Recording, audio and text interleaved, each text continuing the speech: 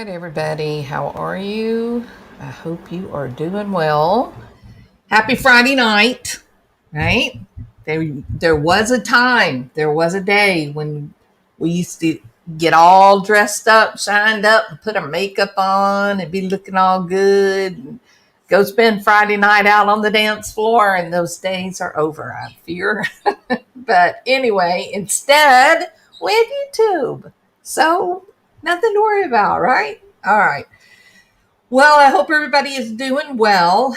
Um, let me get my stuff in order here. Make sure that my sound is good, and then we will move forward.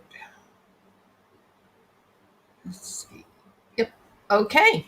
All right. So welcome. Glad that you are here. All right. I don't want private chat. There we go. Now I can see you all. Hello, all the beautiful people. How are you? Shellabella, sup. Hey, Hoppy. Hi, Elizabeth Grossman. Oh, not feeling well. I'm so sorry, Elizabeth. Yeah, I hope you get to feeling better. Hi, Diane. Hello, Sandra Chapman, Patriot Angel, Scarlet Summer, Abigail Rose. Very pretty name. Hi, Desired. I hope you're doing well. All right, so it's Friday night. Yes, Kyle Rittenhouse, that is the young man on the screen that you see there. This has been a hard call to make, right? There's so many stories with this whole Kyle Rittenhouse thing. I mean, there are stories within stories where this is concerned. The video that was done today by the Hodge twins, um, it's pretty funny, but they're right on point as they usually are. And basically, they chose to talk about the angle of the fact that mainstream media, in NBC, the parent company, MSNBC being the subsidiary, and then they had a producer, Mr. Jonathan Jackson, I think that was his name. He was told by an executive producer in New York to get a picture or video of the jurors at all cost. And so he was actually caught following the jury bus. The jurors were being bussed in from a different area, and the windows on the bus were all blacked out, and where they would get on the bus and off the bus was private and inside of a closed-in area. And so this guy who was affiliated with mainstream media was breaking the law, a federal law. To tamper with a juror is federally a problem. But ultimately, he ran a red light because the bus was getting too far ahead of him, and he panicked. He ran the red light. The cops were already watching him because they had noticed that he was, in fact, following the bus. And when they pulled him over, he just told everything he knew. He didn't even try to lie. And of course, the executive producer in New York, she is running like a scared little rabbit into the forest. She removed within minutes. They said that she had all of her social media taken down. And so she is in hiding. She is officially in hiding. So this thing with MSNBC or NBC, the parent company, which is in New York, this is not over, not by a long shot. And I would suspect there will be jurors who will probably try to sue NBC. There's no doubt that Kyle Rittenhouse will be suing probably Joy Reid specifically because the guy has white tears, right? But right now he'll be meeting with his attorneys because of the list of lawsuits that are soon to follow for defamation of character. He was called a white supremacist. And he was a private citizen. He was called a white supremacist by the President of the United States of America. How, I ask you, do you go on to have a normal life when you've been targeted in name by the President of the United States of America, a private citizen? So there will be many. There was a lot of dishonesty from the mainstream media where this case is concerned, and because we're true crime people, a lot of what I watched I watched every bit of the testimony. I watched the whole trial, and I was terrified. I don't mind saying it. I was terrified. So let me start out by saying this. This is a young man, 17 years old at the time of the shooting. Now, since then, he has turned 18. Many people have talked about his somewhat atypical demeanor. He's a little quirky when he speaks. He seems to have interest in things that would be more common for like a 20, 30, 40-year-old man to be interested in rather than a 16 or 17-year-old kid.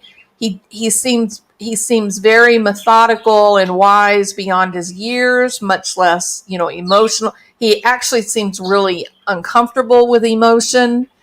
So, he does. I get where some people have a hard time accepting that he's being genuine because he is. He has a very mature presentation. I would be willing to bet his IQ is probably in the top 2%, would be my guess. And he probably doesn't have many friends from his peer group. He is probably an expert on things like self-defense and weapons and military or police stuff. He's very, very close with his mother and his sister. He's close with his father too, but really close with his mom. He's just not the typical kind of teenage kid that we've come to expect in the U.S. There's no drinking, running around, partying, being wild. He doesn't. He goes to school on a virtual setting, and not in a brick and mortar. None of that. But he's very successful academically, and his hobbies are things like being a member of the fire department young cadet program and being a lifeguard. So when he went to these protests in Kenosha, he carried with him a medical pack so that he could render aid for any protesters that happened to get hurt. And he's learning first aid because he's in this fire department young cadet program. So he's got his bag, his medical kit, to help people with things like having tear gas in your eyes or getting overheated, things like that. And yes, he carries with him an AR-15, which is just a rifle, is what it is. But it's a cool rifle. They kind of made it look like an AK-47, right? But it's still a rifle. And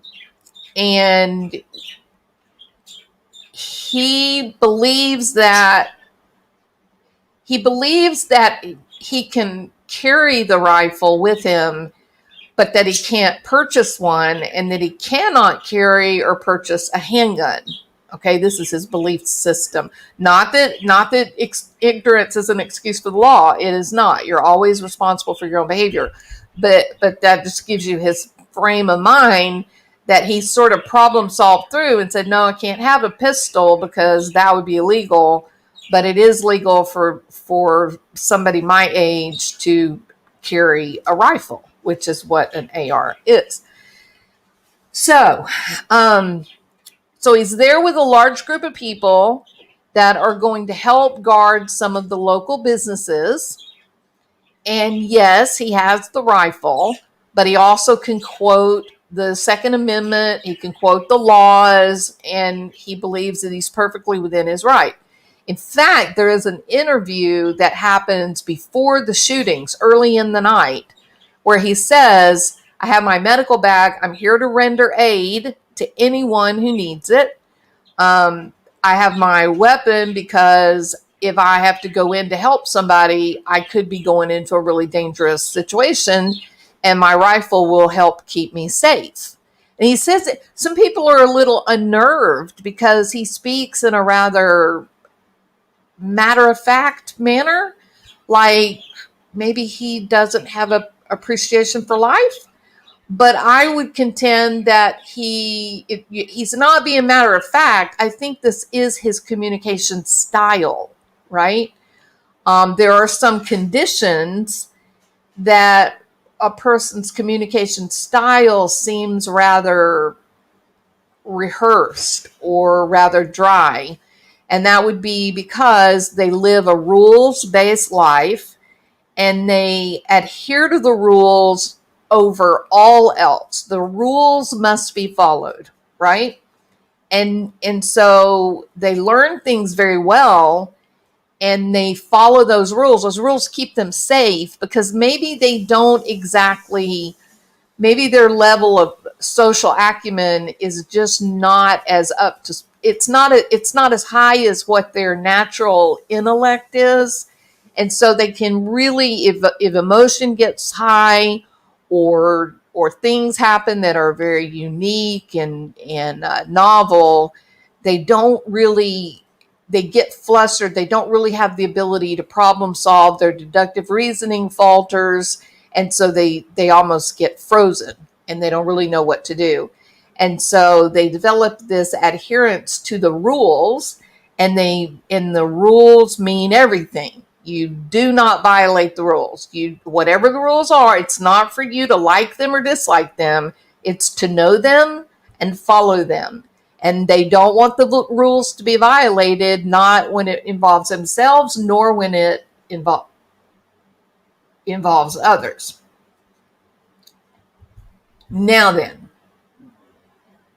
okay, so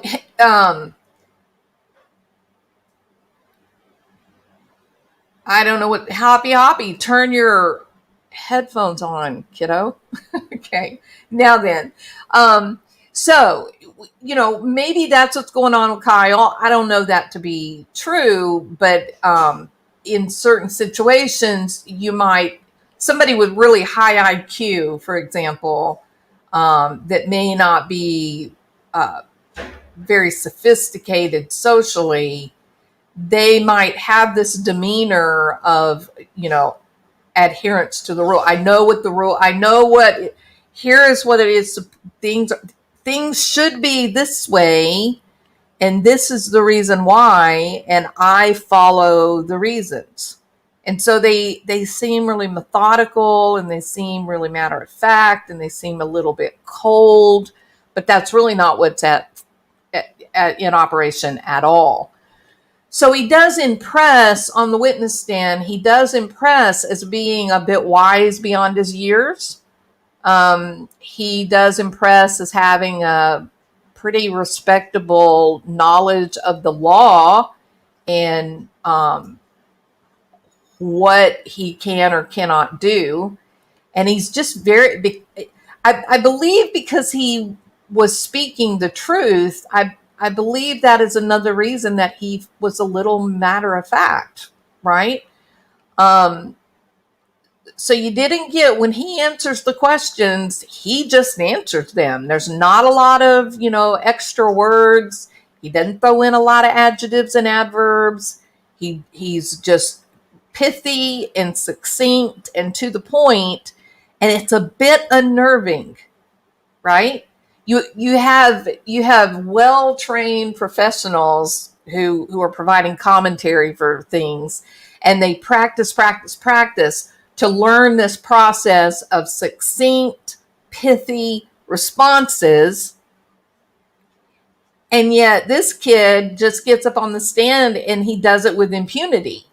And because of his age, and what he's accused of, it's a bit unnerving to watch him. You're a little bit like, oh my gosh, how did this nice young man murder these people? It's horrible, right? It's a weird sensation. There's a lot of cognitive dissonance. All right, now then.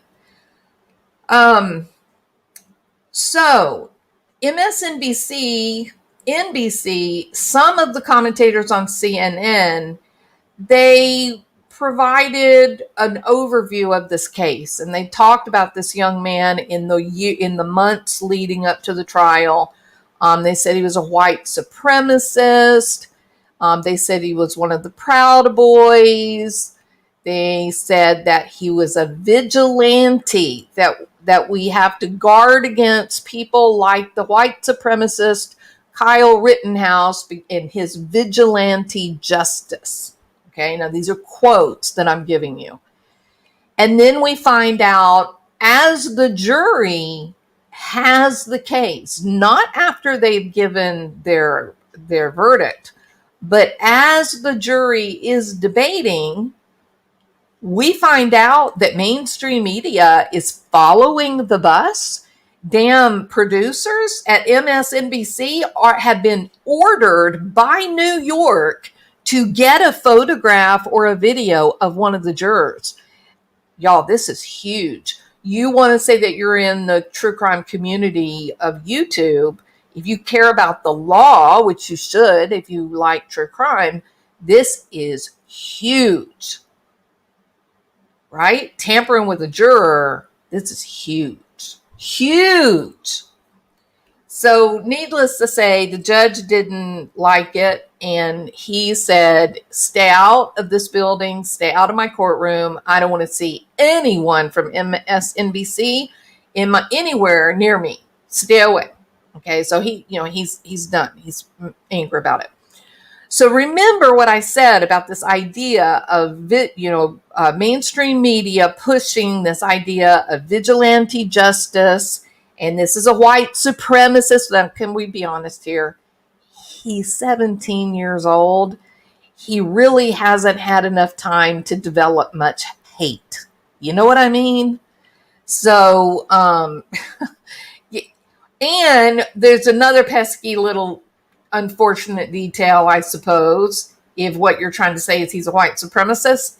It's a little bit odd because the people that he shot, they were all white. Okay? As white as me. So it's weird. Yeah, we're talking about people with blonde hair, strawberry blonde hair. That it was clear that they were Caucasian. Were there African Americans there in the crowd that were pursuing him? Yes. In fact, one of the guys kicked him in the head as he was on the ground. He did shoot at the guy, but he missed. And then the guy ran away. And now what we've learned is that the guy that got away, he's a very bad criminal. A very bad criminal. And he got away. He didn't get killed. The ones that were actually shot, that either died or experienced bodily harm, they're all white. So I'm very confused. Honestly, I am confused. I'm so confused. How these people are saying that this is a racial issue. Okay? He's a little white guy, a little 17-year-old kid who was being assaulted. And I don't know and the people assaulting him, for the most part, were white. There were a few African Americans that ran up on him. The one guy tried to kick him, that kind of thing. There were many more African Americans that were just standing around on the periphery. They were not attacking him. They were not running toward him. They were, they weren't yelling slurs at him, nothing like that. It was these white guys. And and he didn't shoot anybody that was standing on the periphery. He didn't even aim his gun at them. The only people that he pointed the gun at and shot at were people that were actually pummeling him or near to pummeling him. So it's very odd. It's a very unusual case that you've got a 17-year-old kid who is leading a rather straight-laced life, I guess, kind of a nerdy life, right? Being represented as a white supremacist, racist killer. But in fact, he wasn't any of those things. And I'm going to show you tonight. But the truth of the matter is that this case did not have anything to do with a little 17-year-old white kid. It had nothing to do with Kyle Rittenhouse. When you go through and you listen to all of the testimony, this was not about what kind of character Kyle Rittenhouse possesses. It had nothing really to do about his history or his behavior or the way that he has treated other people. None of that. There was no testimony, none whatsoever, where he was using racial slurs of any sort. That should scare you to death.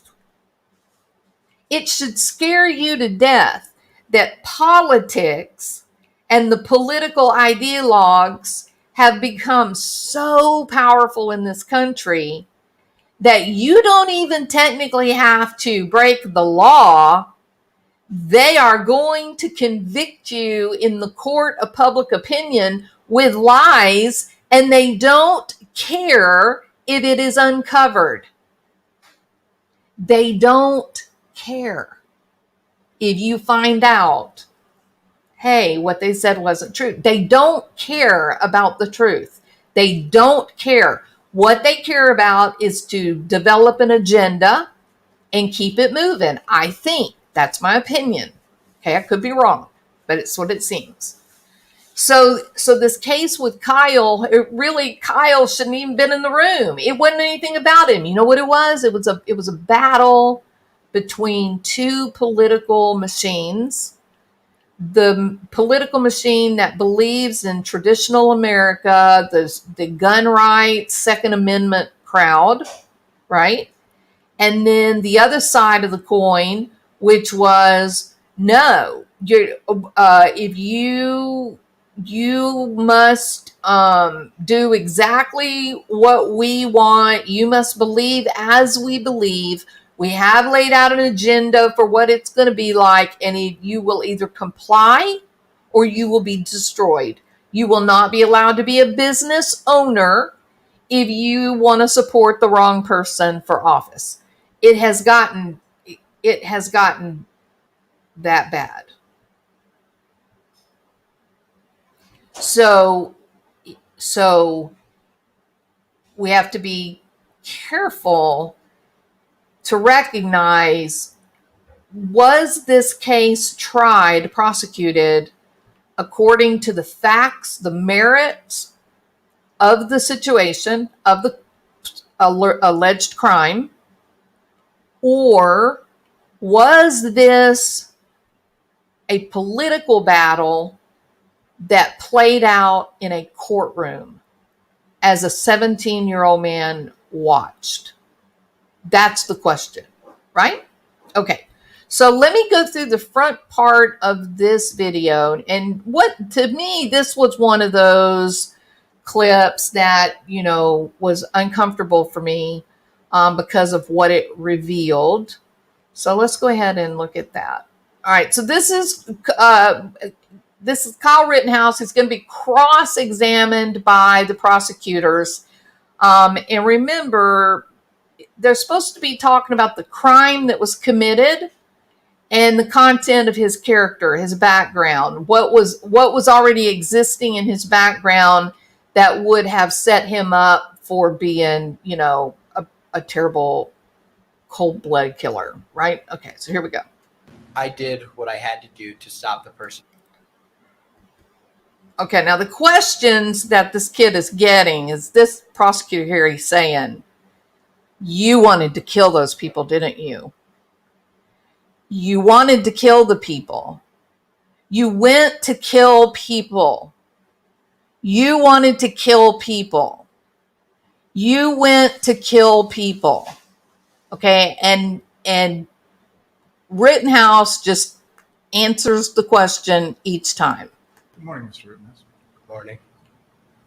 Everybody that you shot at that night, you intended to kill, correct? I didn't intend to kill them. I intended to stop the people who were attacking me. By killing them. I did what I had to do to stop the person who was attacking me. By killing them. 2 of them passed away, but I stopped the threat from attacking me. Okay, so he's just stating what the facts were, right? And it is a bit unnerving. Do you agree? It's fairly matter of fact, but it's fact, and that matters. By using deadly force. I used deadly force. That you knew was going to kill.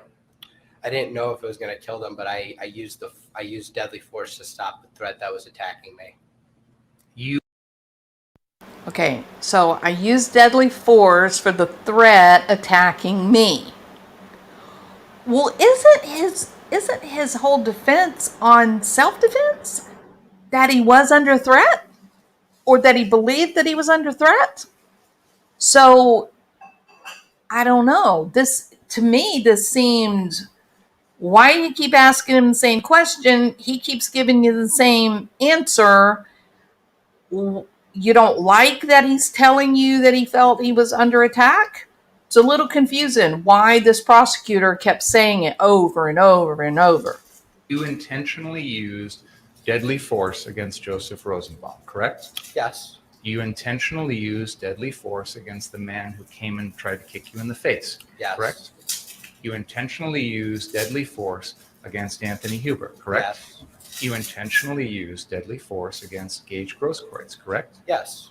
With regard to Joseph Rosenbaum, you fired 4 shots at him, correct? Yes. You intended to kill him, correct? I didn't intend to kill him. I intended to stop the person who was attacking me and trying. Okay, that is the kind of answer, a manner of speaking that people train for hours and hours and hours and hours and hours. Those are direct, succinct, to the point, no unnecessary adjectives or adverbs. You just the facts, ma'am, just the facts, right? And it's very hard to cross-examine someone who is able to answer like that. Trying to steal my gun.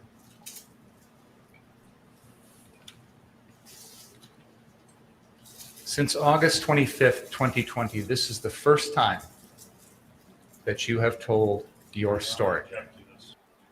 Okay, bum, bum, bum. That's it right there. This guy just stepped off into the abyss, right? And you think, what? What? Are you crazy tonight, Jules? What are you talking about? Well, here's what I'm talking about. There's this little thing called, you have the right to remain silent. Anything you say can and will be used against you in a court of law. Yeah? Well, that is established law. You don't have to speak. If you are accused of a crime, you never have to speak. And I'm sure that Chris Watts laments the fact that he ignored that particular safety every day. But the facts are, Kyle Rittenhouse did not have to tell anyone anything. Those are his civil rights to keep his mouth shut. And he did. Why? Because he seems to be one of those people that lives a rules-based life, and he just wants to know what the rules are, what's he supposed to do, and then he follows the rules. He doesn't ever violate the rules. So from the moment that this all happened, he shut his mouth And he hasn't opened them again until his attorney said, okay, Kyle, now you can tell your story. That is the whole point in this country, is that you don't have to incriminate yourself. If someone accuses you of a crime, it's up to them to bring the proof that you screwed up. But no one has to say, oh, listen to me talk and let me tell you what a fool I am. I kind of think Barry Morphew wishes that he had kept his mouth shut. But he didn't. Now he's got a problem. So Kyle Rittenhouse, like it or not, he did exactly the right thing.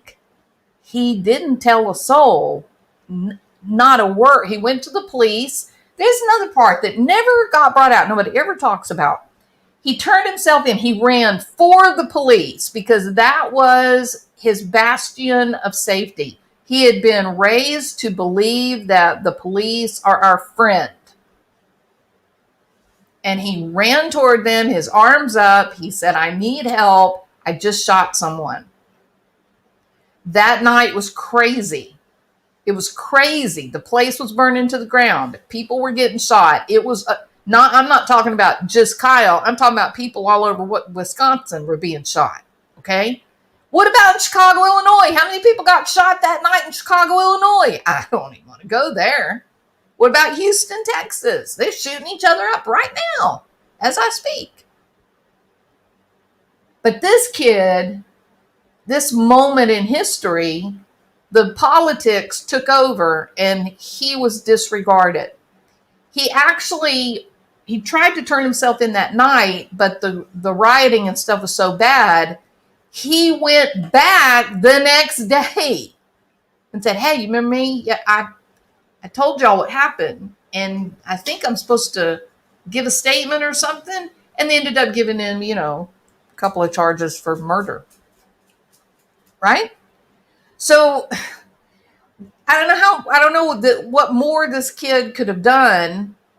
He just followed the rules that were laid out before him, what he'd been trained and taught to do. He just followed them. And this guy right here, who's supposed to be big hotshot prosecutor, now he's going to put Kyle Rittenhouse on trial for doing exactly what the Miranda rights tell him to do. You, sir, have the right and the civil federal protection of keeping your mouth shut. And he did. Until the defense said, okay, Kyle, it's your time. It's your turn. Tell your story. Oh, yeah. And we have video. So it's not like the kid can lie. There's multiple angles of video from multiple people. It's a little odd that this thing went to trial when you've got multiple videos, multiple line of sight videos that absolutely show that what he said is exactly what happened. It's weird that these prosecutors thought, hey, yeah, let's do this. We can get away with this. Why'd you do it? Because the Rittenhouse family doesn't have any money? What did you think they would do? Run scared? You thought they were ignorant, didn't you? So it's weird. It's weird. When you see what I'm going to show you tonight, you'll understand why I think it's weird that they took this thing to trial. All right.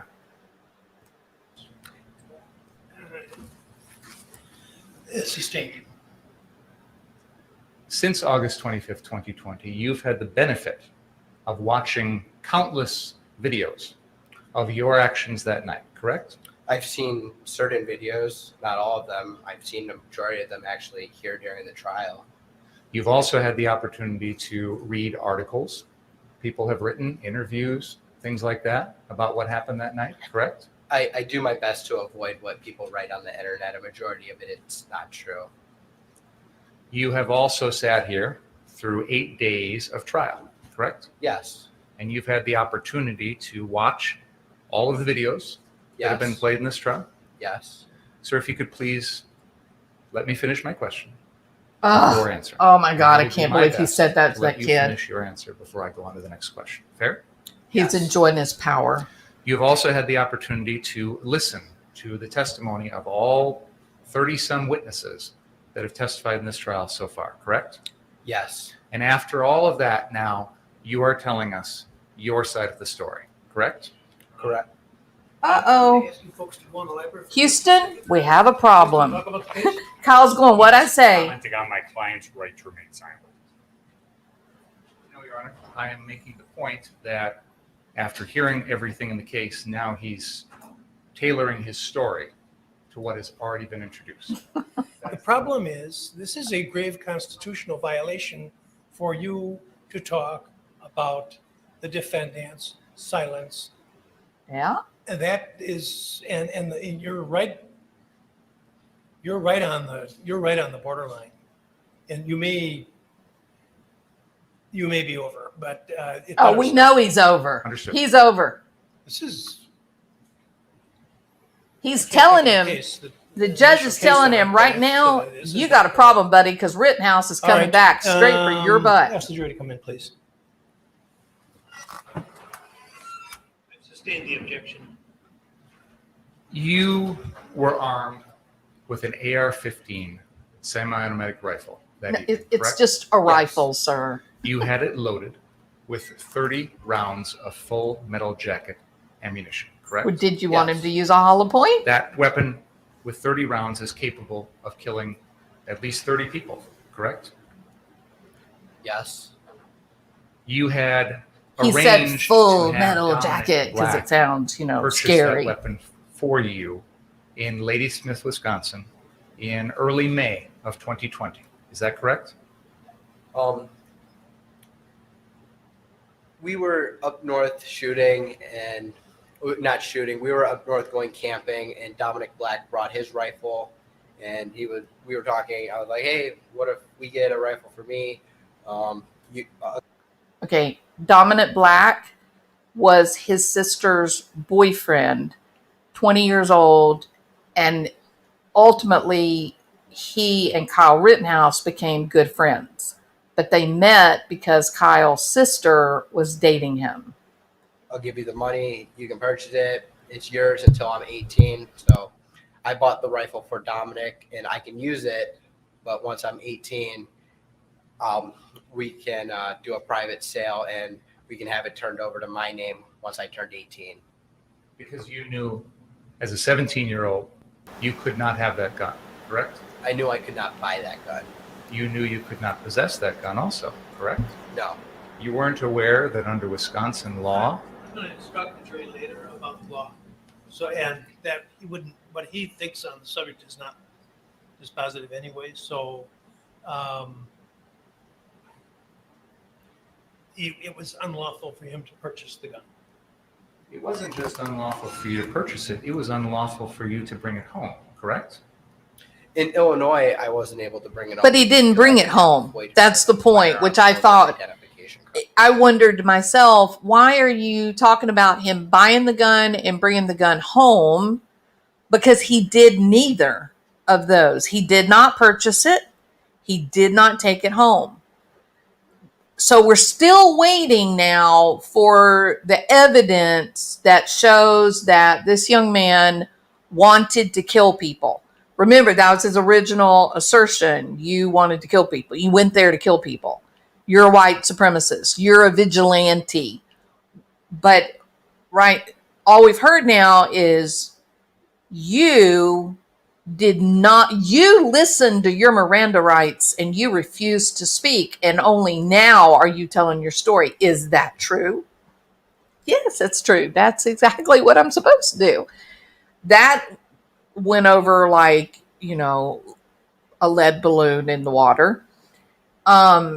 And now he's going after him simply having the weapon in his hand, right? Just having it in his hand.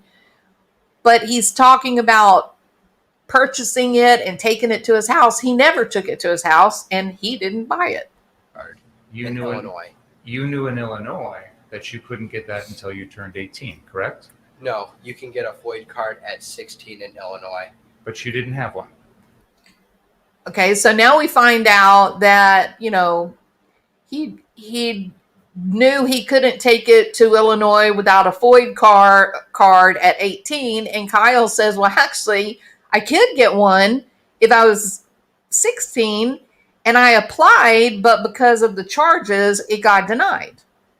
So we're still talking about things that have nothing to do with the case that this prosecutor has brought to the table. This is his case. When are we going to get to the evidence? I did not. And even after this gun was purchased for you in May, you never got one after that either, did you? Actually, I applied for a FOID card in May of 2020, but due to the charges, and there was a backlog in Illinois for the FOID card.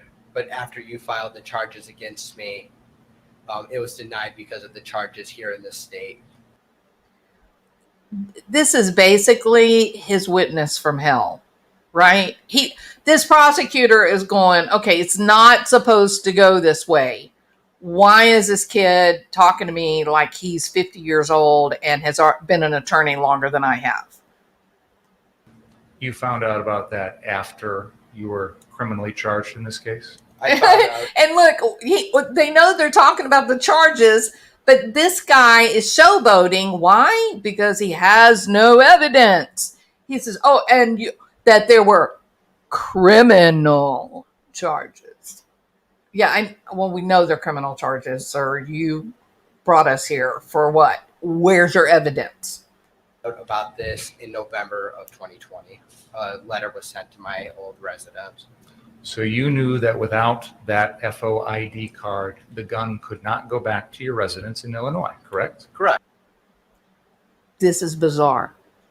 It's really odd that he keeps bringing up this FOID card for people between the ages of 16 and whatever. It has nothing to do with this case. Nothing. Correct. And you agreed that the gun would be kept at Dominic Black's stepfather's house here in Kenosha, correct? Because he had a safe, yes. And you agreed that you wouldn't have access to that gun, correct?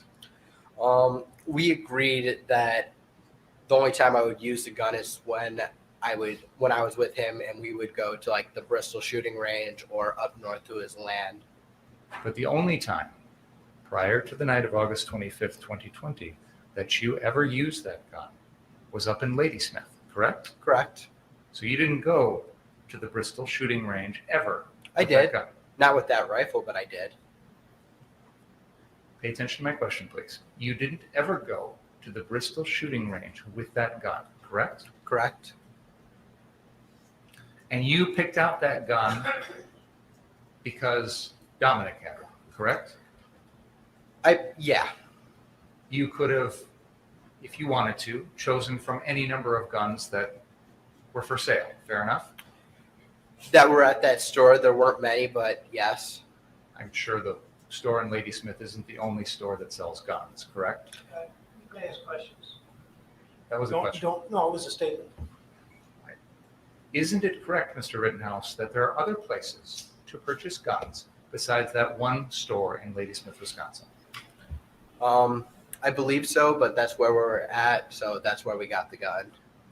And you, if you wanted to, could have given Dominic Black money to purchase a gun at other locations. Fair?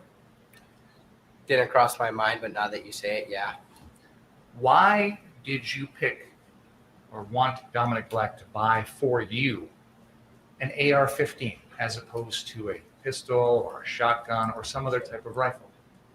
I cannot legally possess or carry a pistol because I'm not 18 in Wisconsin. I believe it's 18 in Wisconsin for a pistol. But with the rifle, I knew I could possess that rifle. I knew I couldn't buy it, but I knew I could like take it to like the shooting range or possess it. And with shotguns, they didn't have any shotguns in stock. That was my original plan, to get a shotgun for trap shooting, but there weren't any at that Ladysmith store, and I didn't want to go to Walmart and buy one. So your understanding at that time was that Wisconsin law prohibited you as a 17-year-old from possessing The thing is there was so much conversation about non-evidence, right? And so I'm listening to this and I'm thinking, why are you wasting everyone's time? And this has nothing to do with your case. What the charges that you brought against this young man, the things you're talking about are you're like a angry principal that's enjoying bullying the class clown. That's what it looks like. So let me go forward a little bit. a pistol, but you could have an AR-15? Yes. An What was that AR-15 is a understanding rifle. based on? The understanding was based on when we would go up north. It was me, Dominic, and my sister, and we were allowed to carry the rifles around. And the officers over there said it was fine. I'm going to move to strike as hearsay. What officer? It was your question. Question on what the source of his knowledge was. It's not admissible, and none of this is, frankly, and that's why I interrupted before. What the Video games, correct? Oh, this was an interesting part. Hold on. Play first-person shooter video game.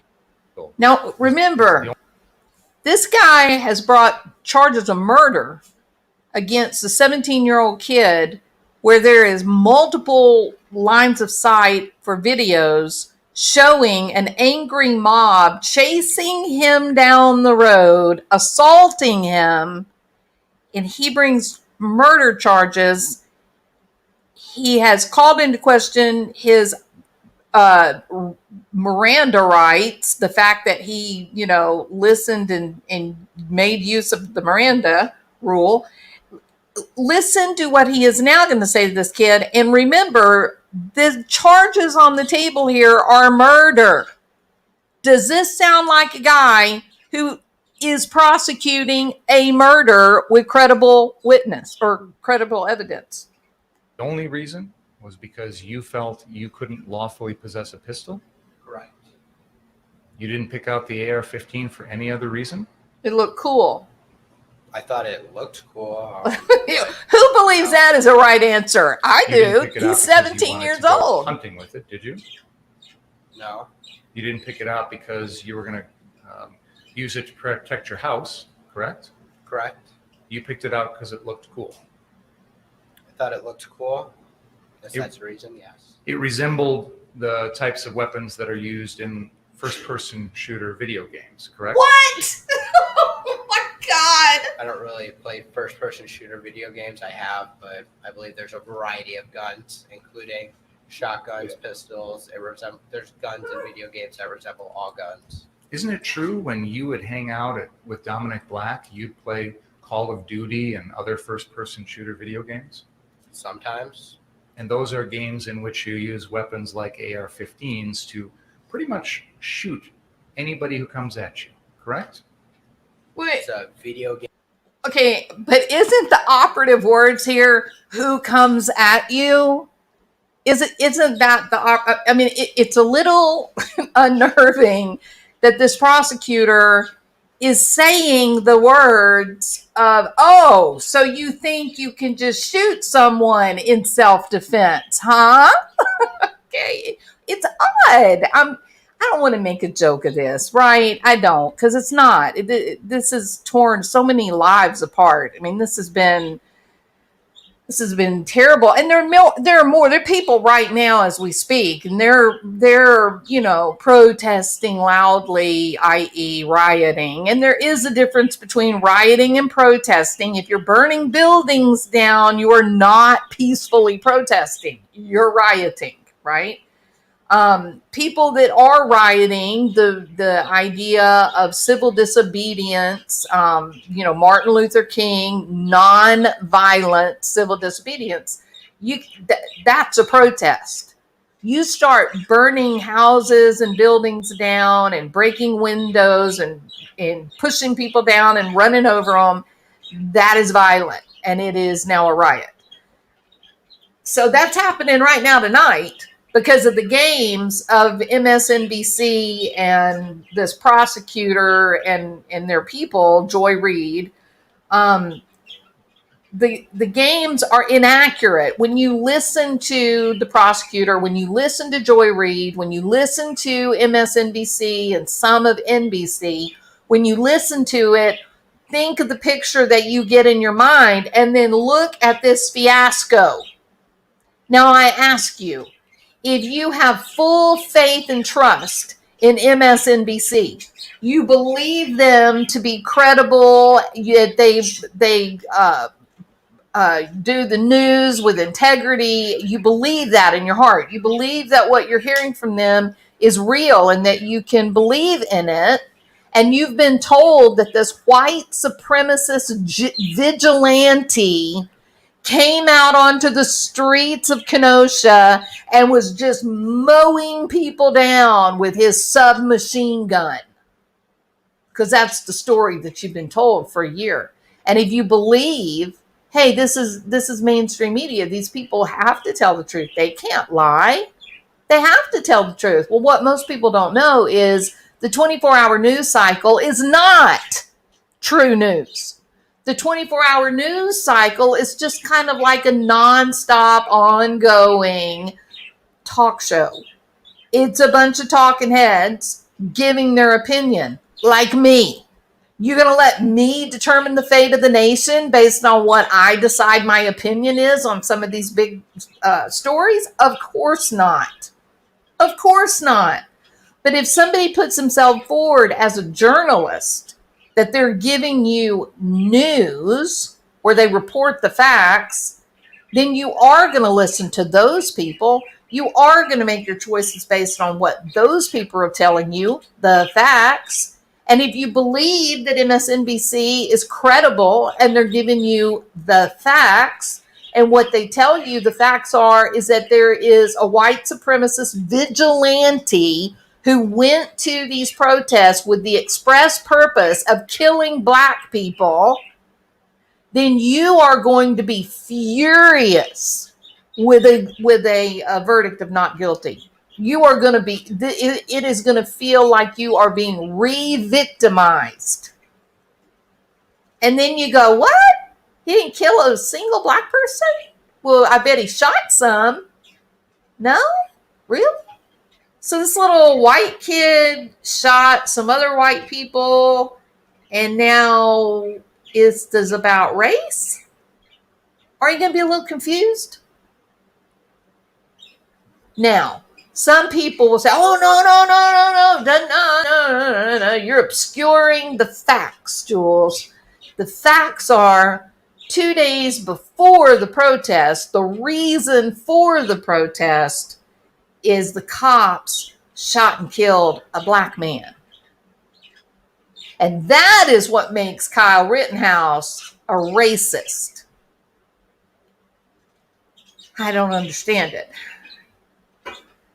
The cops shot and killed a guy, right? The community was furious, heartbroken, indignant. They came out to protest to show that they were indignant and hurt and angry. And yes, some criminal element took over and burned some building downs and did all that. But the majority of people did not. But nevertheless, the streets were very dangerous.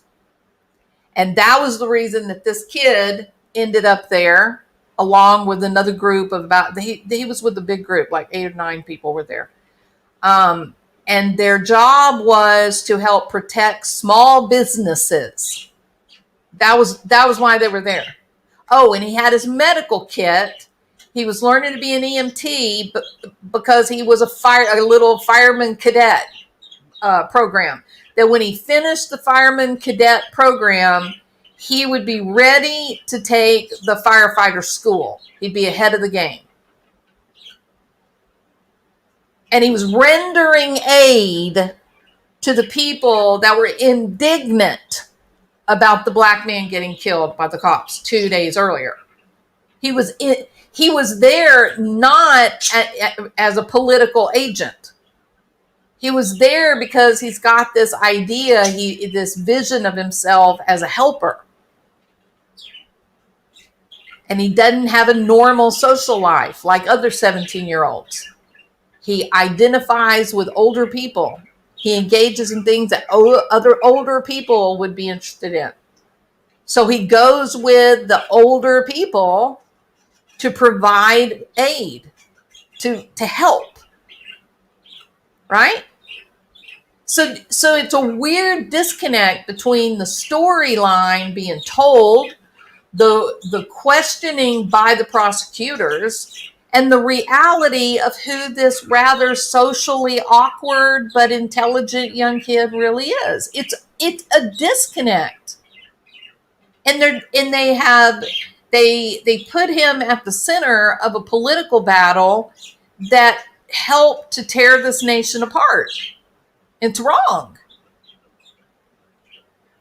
And now they're saying this vigilante justice white supremacist kid who only shot white people, now they're saying that he's a shooter, he's a killer, because he plays video games.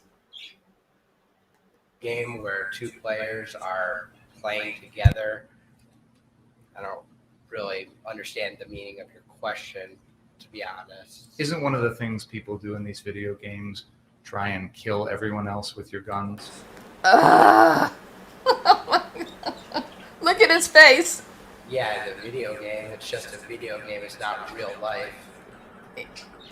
Now, you introduced yourself. Can you imagine being an adult having a 17-year-old point out that kind of wisdom? It's just a video game, sir. You were an Illinois resident? Correct. You had grown up in Illinois? Correct. You had not spent any significant time living here in Wisconsin, correct? No. You'd agree with me that's correct? No, I'd spent time at my father's house and partially live here also, so no, that's not correct. You indicated you had attended, was it Penn Foster High School? Yes. That's an online high school? Correct. So you were not attending high school in person? No. And at the time that all... And sir, that it too is well within his rights of his parents' choices for him, whether he attends an online school or whether he goes to a brick and mortar school. In fact, this entire nation has been given the opportunity for their kids to be on online school because of COVID. We are still waiting for evidence for the charges that were brought against a 17-year-old kid. All of the things in this case were happening from the time the AR-15 was purchased to the night of August 25th. You were 17 years old that entire time, correct? Correct. Could we have exhibit number 7 up, please? I have put exhibit number 7. Now, the only reason to put up this clip, this face page, was because of the name he chose. 4 Doors More Whores. He's 17 and he's socially awkward, okay? Is it optimal? No. In fact, I don't even know what it means, but it seems like maybe an immature 17-year-old would say something like that, right? But then the prosecutor, now I'm going to look, the guy has brought murder charges against this 17-year-old. Where's your murder charges evidence, right? So he says, and underneath that it says, bruh, B-R-U-H, bruh. I'm just trying to, T-R-Y-N-A, be famous.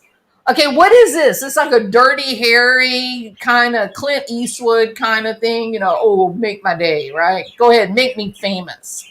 Oh my God. I wouldn't be surprised, not a bit, if that line, bruh, I'm just trying to be famous, if that's not a line out of a song. I challenge you guys to find the song. I guarantee you that is a line out of a song. I guarantee you that, right? So yeah, there's nothing to argue about here, y'all. We're not the jury. There's no self-defense, not guilty, guilty. It's decided. It's not guilty on all accounts. And here's why. Because the entire thing was caught on video. You don't need people to come in and give testimony. It's on video. You can see the shooting happen. You don't have to have anybody convince you what Kyle was doing because you can see what Kyle was doing. I believe in my heart that this was done to be divisive. I think there were other traps that were laid in the hopes that the judge would take the bait and that it would be divisive. I think they wanted the division. They're highlighting the differences between the two Americas. And you have to say, do I really want to be a party to this? Is this really what I want to be a part of? So this has nothing to do with the price of eggs in China. The kid is in Wisconsin as his photograph is taken. I would guarantee you, bruh, I'm just trying to be famous is a line out of a song. And I don't know what 4 doors more means. I don't know what that means. Okay? All right.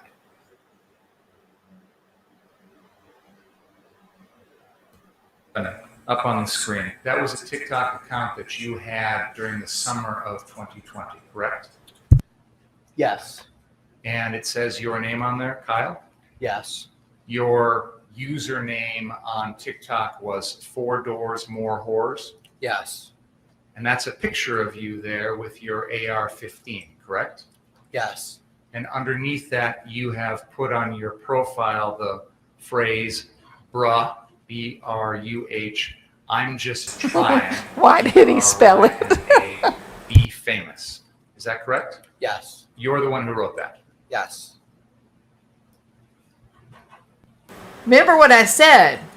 If your witness is someone who is giving you fact and it's very succinct and there's no adjectives and no adverbs and there's no extraneous information, it's just a very direct, pithy, yes, no additional explanation at all, that is very, very hard to cross-examine. Very hard. He doesn't know what to do with this kid. Look at his eyes. You testified that at some point you were involved in some sort of EMT cadet program. Okay, now this made me mad. Remember, this kid is on trial for murder. He's a good kid. They haven't been able to bring anything against him that shows that he's a delinquent or, a harmful kid or anything like that. Now this prosecutor is about to tear apart the validity of the EMT fire department cadet program. He's literally going to make fun of Kyle being a part of this cadet group, number one. And he's going to belittle a 17-year-old kid who has a job as a lifeguard at the YMCA or YWCA. Prosecutor, what does that have to do with the price of eggs in China? Nothing. You brought murder charges against this kid, and now you're about to make fun of him because he wanted to be a fireman cadet? You are making fun of him because he didn't work long enough before you brought charges of murder against him. Where is your evidence of murder? I was a firefighter EMT cadet at Antioch Fire Department. When was that? Um,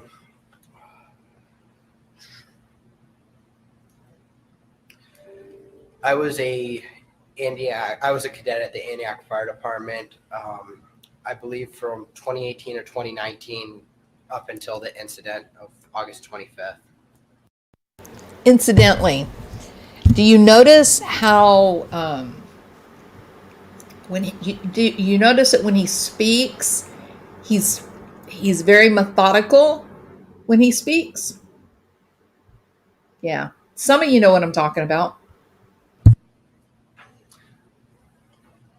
EMT cadet is someone who's just beginning the process of eventually achieving full EMT certification.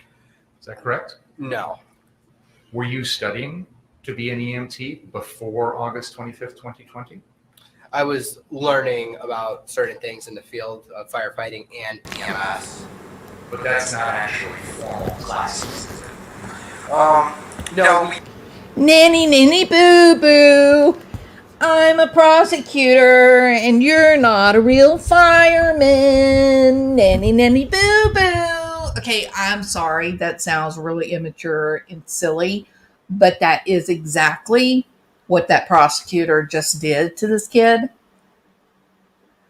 I'd kind of like to know what this prosecutor's children do on the weekends. We met once a week, and we would either, depending on the day, we would either do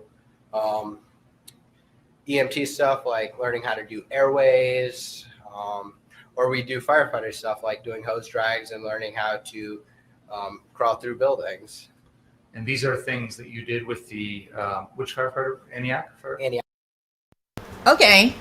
So while a majority of 17-year-olds are getting drunk off their ass and puking up their guts on the weekends, this young man is learning how to create airways for people that may be choking, or how to get through a burning building safely. And the prosecutor literally mocks him. The same prosecutor that brought murder charges against him. Why are we hearing all this? Where is the evidence for murder? Antioch Fire Department. You weren't a member of the fire department, were you? I was. You were a actual on-duty member on the roster of the Antioch Fire Department? No. So when you say you're a member, what do you mean? I was a member of the Antioch Fire Cadet program. We were issued shirts, Antioch Fire Cadet member. We would help with the pancake breakfast. And I love this. We would help with the pancake breakfast, right? This is a killer, right? This is one scary kid. The VFWs, and we would wear Antioch Fire Department staff shirts. I still have one in my closet. Maybe I didn't express myself clearly. You were not a member of the Antioch Fire Department, correct? I was a member of the cadet program, which was through the fire department. So you'd go out and fight fires. We can go. Finally, the prosecutor is able to make a pithy statement or question. Finally. Oh, so you fight fires. That's all he had to say. But he was busy showboating. He was busy trying to play a game of gotcha with a 17-year-old kid who is dangerous as a witness if he's telling the truth, right? Because people that are telling the truth, you can't get them. It's the truth. So they don't have to remember. They just tell what happened. So finally, that was funny to me because finally, when he finally said, "Oh, you fought fires," then the kid's like, "No, we wouldn't be allowed to do that."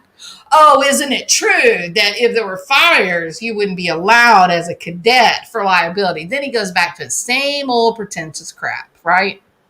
I'm telling you. He brought charges of murder. Where's the evidence? on ride-alongs, but we can't go into burning buildings for liability reasons. You'd go out there and you'd save people from burning buildings? Not me personally. Because as a cadet, they would never let you anywhere near that, right? They wouldn't let any of the Oh, guys go into my an God. live fire. At the end of whatever this program is, you weren't actually going to be an official firefighter, were you? No, it's to help prepare you for the firefighter academy, firefighter EMT academy. And you weren't going to be an EMT at the end of this program either, were you? No, Nanny, nanny, You know boo, that boo. to be an I am a EMT, lawyer, you have to and be you're not an 18 high school EMT. graduate, correct? Depending on the state, in Illinois, you can take a class at the college at 16, and you can have your EMT license by the age of 17. I wasn't in that class, but in Illinois, you can. You never did any of that. No, I was online school. Oh, you didn't do that, did you? Yeah, because you're a loser. And I can just see this prosecutor holding up his thumb and his pointer finger to make a large capital L across his forehead, looking at Kyle Rittenhouse going, no, you didn't do those things because you're a loser, Kyle. You're a loser. That is really the way that this prosecutor is behaving. And this should be, if nothing more, it should be at least dignified in the level of decorum for the court and in the presentation of the evidence. Where is this prosecutor's evidence? The night of August 25th, you're here in Kenosha, Wisconsin, saying you're an EMT, correct? Yes. That was a lie. Yes. You were also telling people you were 18 or 19 years old. That was a lie too, right? No, I didn't tell anybody my age that night. You never volunteered it at all, did you? Okay, what's the point? Oh, and you told people you were 18 or 19. And Kyle goes, no, I don't think I did tell anybody that I was 18 years old. And he says, oh, and it's true. You didn't go and tell anybody that you were 18, did you? You didn't tell anybody you were 17, did you? He knew the answer before he ever said it. People don't typically run around going, hi, my name's Kyle. I'm 17 years old and I'm here as a member of the Antioch Fire Department Cadet EMT program. That would be stupid. And yet, that is what the prosecution is using to convince people to convict this 17-year-old kid, take his life from him for murder. People, you guys better watch this because this is the standard MO. They use the court of public opinion. They use all the political upheaval. And then they try to influence a jury. You better find him guilty if you know it's good for you. We're going to find out who you are. That's where we are.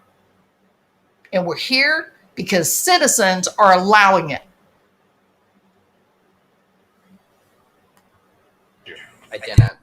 Because you knew as a 17-year-old you shouldn't have been there, right? No, I just didn't find it relevant to give my name. Well, I gave my name, but my age to anybody. It wasn't something that came up in conversation. It's because you felt if people found out how old you were, they'd realize you shouldn't have been there, right? How many 17-year-olds do you guys think were there? Do you think there were any 16-year-olds or 15-year-olds? Sure, absolutely there was. No question about it. But maybe the right question is, were they 15, 16, 17-year-old white kids as opposed to African-American kids or people of color? Maybe that's what he's really getting at. As a young white kid, you had no business being there, but he never would have questioned whether it was a young person of color that was there. Not a bit. again, I can also say this with a free conscience. I believe if there had been an African American kid, 17, 18 years old, whatever, with an AR hanging around his neck, had he been chased by a group of people, it's quite possible that the police would have been really afraid of him and might have shot him with no questions asked. I don't mind saying that. This is the world we're living in. It's not right. It's definitely not right. So here's where we stand in this country. If that was my kid, if that on your screen, if he's my 17-year-old kid, I want him to be in a court with 12 jurors that do exactly what this jury did, which is we want everybody to have a piece of the instructions. We want all the videotape. We want to sit and watch the videotapes. We want to go through the instructions as we're watching the videotape, and we're going to redo this and hash it over inside and out, word by word, sentence by sentence, directive by directive, until we are absolutely certain that we are right in what our resolution is. And it took them 3 days or 3.5 days with videotape to be certain that this kid was under assault and that he did protect himself. To look at it another way, if he had not shot, is it possible that he could have been badly injured and or killed? And when you look at the available video, there is no question that he was about to be pummeled. No question. There were also people with firearms pointing at his head. Right? So if you're the mom or the dad of a 17-year-old African American kid or Hispanic kid, same exact question comes into play. Do you want your child to have the dignity, the integrity of a courtroom and jurors who are going to be methodical and careful and look at the facts only, and not all this extraneous energy that's used to manipulate and influence people, right? We got to get back to rational thought. We've got to do that. We've got to do that. You can send 10,000 white kids to prison, or you can shoot 10,000 white kids if you're so inclined. But you know what? That's not going to bring back not a single one of the young black men or women that have been shot and killed in this country. It's not going to bring them back. Looking backwards and going at this in an illogical, irrational way is only going to result in further harm. We have to start at some point, a starting place to look forward and make sure we do it right for everyone. We got to do it right for everyone. No, it just because it didn't come out in conversation. If somebody would have asked, I would have been like, yeah, I'm 17. So you felt that as a 17-year-old, it was appropriate for you to be out on the streets of Kenosha with an AR-15 that night. Fair? I believe I had any other right to be there as anybody else, As any other adult. as anybody. But you weren't an adult. No. You indicated that you were working at the Recplex and had been working at the Y before that. Is that right? Yes. That was a YMCA down in Illinois, correct? Correct. And you had gotten furloughed there when COVID hit in March. Yes. And you had only started working at the Recplex on August 14th, correct? I believe I got hired before that, but I was on vacation on August 14th, so I was on vacation, so I couldn't start until August 14th. Your first time working at the Recplex was on August 14th, correct? I believe that was my first day. Okay, And now then he you is worked. literally going to make fun of Kyle for the number of hours that he worked in a week. 41 hours, something like that. He's making fun of him for the number of hours that the kid worked. I don't understand how this prosecutor got to murder one charges if this is what his evidence is. The week after that, from August 17th to August 23rd, correct? I believe so. Till August 24th, I worked. And then your final shift was on August 24th, correct? Yes. You worked a total of 41 and a half hours at the Recplex, correct? 41 and a half hours in 7 days. What do y'all think? Does that sound like a full-time job to you? Because it does to me. That's the number you got? And you were a lifeguard. Yes. You were walking around their swim area with one of those red, long, life-saving things, monitoring the pool, correct? Rescue tube, yes. So, but that was at the indoor pool at the Recplex? It was at the indoor. It was at the. I don't know if you're familiar with the Recplex. I am. I guarded the water park area and the competition pool. So they've got a water park area with a slide and a zero entry pool. Is that right? Yes. And then next to that, they've got a larger, almost Olympic-sized pool where swim meets happen.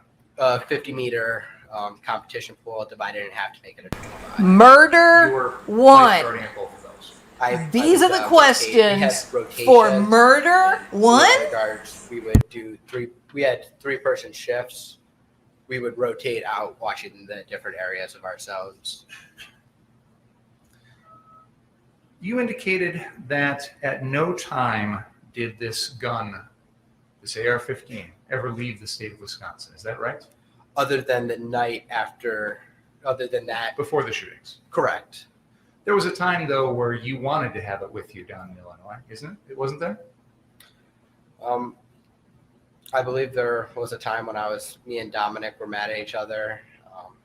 Yeah, You were mad at Dominic? me and Dominic were. And guess mad what, over prosecutor? something. They You didn't wanna shoot have each Dominic other. be down there? I think I said something along those lines. You'd agree with me that let me back up for a second here. You have testified to this jury that you used deadly force against Joseph Rosenbaum, Anthony Huber, the man who attempted to kick you in the face, and Gage Grosskreutz on the night of August 25th, correct? Yes, And you did that because you felt that your life was in danger from those 4 people, correct? yes, And you are telling this jury that it was, in your mind, justified to use deadly force to protect your own life, correct? yes, You'd agree with me that you were not allowed to use deadly force to protect that car source building, correct? well, I wasn't using deadly force to protect the property. I used. Okay. He was running away. He was running away. He wasn't protecting property. He was running to protect his own body. There's video. It's all on video. He's running and running and running and running, like run, Forrest, run. Yeah. This is remarkable what this prosecution did. Remarkable. I think there was an agenda. I think he had an agenda. I think he wanted this judge to throw it out with prejudice. I think he wanted the judge to step in, take it out of the hands of the jury with no prejudice. That would mean that no one could come back later on and bring charges against Kyle, retry the case, right? And that it would be the mainstream media and the politics would be, see, he's white supremacist. The judge was a white supremacist. They all stick together. You know, he was protected. Kyle was a protected man. I think that's what they were up to. Now, do I sound like a conspiracy theorist? Yeah, it does sound a little conspiracy-ish. But I challenge you, give me a better explanation for this bonehead prosecution of murder. One. It's deadly force to protect myself. So Please listen to my question and answer my question if you can. You'd agree with me that you are not allowed to use deadly force to protect that car source building, correct? yes, You'd agree with me that you are not allowed to use deadly force to stop someone from smashing the windows of an unoccupied parked car, correct? I don't think you could use deadly force for that. You'd agree with me that you can't use deadly force to stop someone from lighting a metal dumpster on fire, correct? Correct. You'd agree with me that you can't use deadly force to stop someone from tipping over a porta potty, correct? Correct. You'd agree with me that you can't use deadly force to stop someone from lighting a flatbed trailer on fire, correct? Correct. You'd agree with me that you can't use deadly force to stop someone who is about to start an unoccupied car on fire, correct?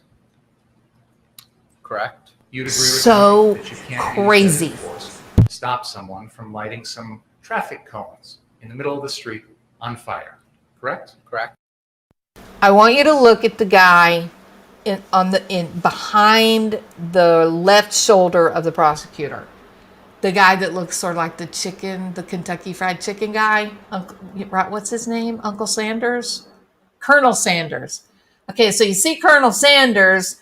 We could do a caption, right? What is Colonel Sanders thinking? Okay, that would be number one. But look just behind Colonel Sanders, right behind the name Rittenhouse. You see the Jeff Lindler guy with the glasses? Yeah, you see him? What is his face telling you? I want to see who wins this one. The guy with the glasses on in the back.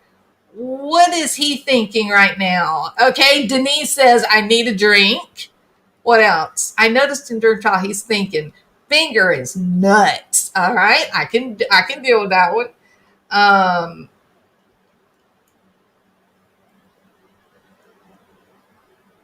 Yeah, Mississippi says, what the F? Okay.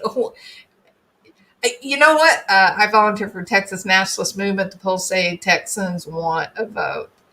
It was more fun when you were playing with the computer making Summer dead. What? All right. Anyway, so the guy with the glasses in the back, he's looking really quizzical, right? Because he doesn't know what the prosecutor's doing. He's looking at this thinking, what's wrong with him? Where is his case? When are we going to start this trial? And I kind of think he's got a look on his face like, oh, am I in the right courtroom? I think he thinks he's gotten in the wrong courtroom. He's not even at the right trial, right? So, yeah, it is very. Nancy Drew said, he's thinking, you got to be kidding me. This is a murder trial or a workshop on teenager activities? Absolutely. Yeah, yeah.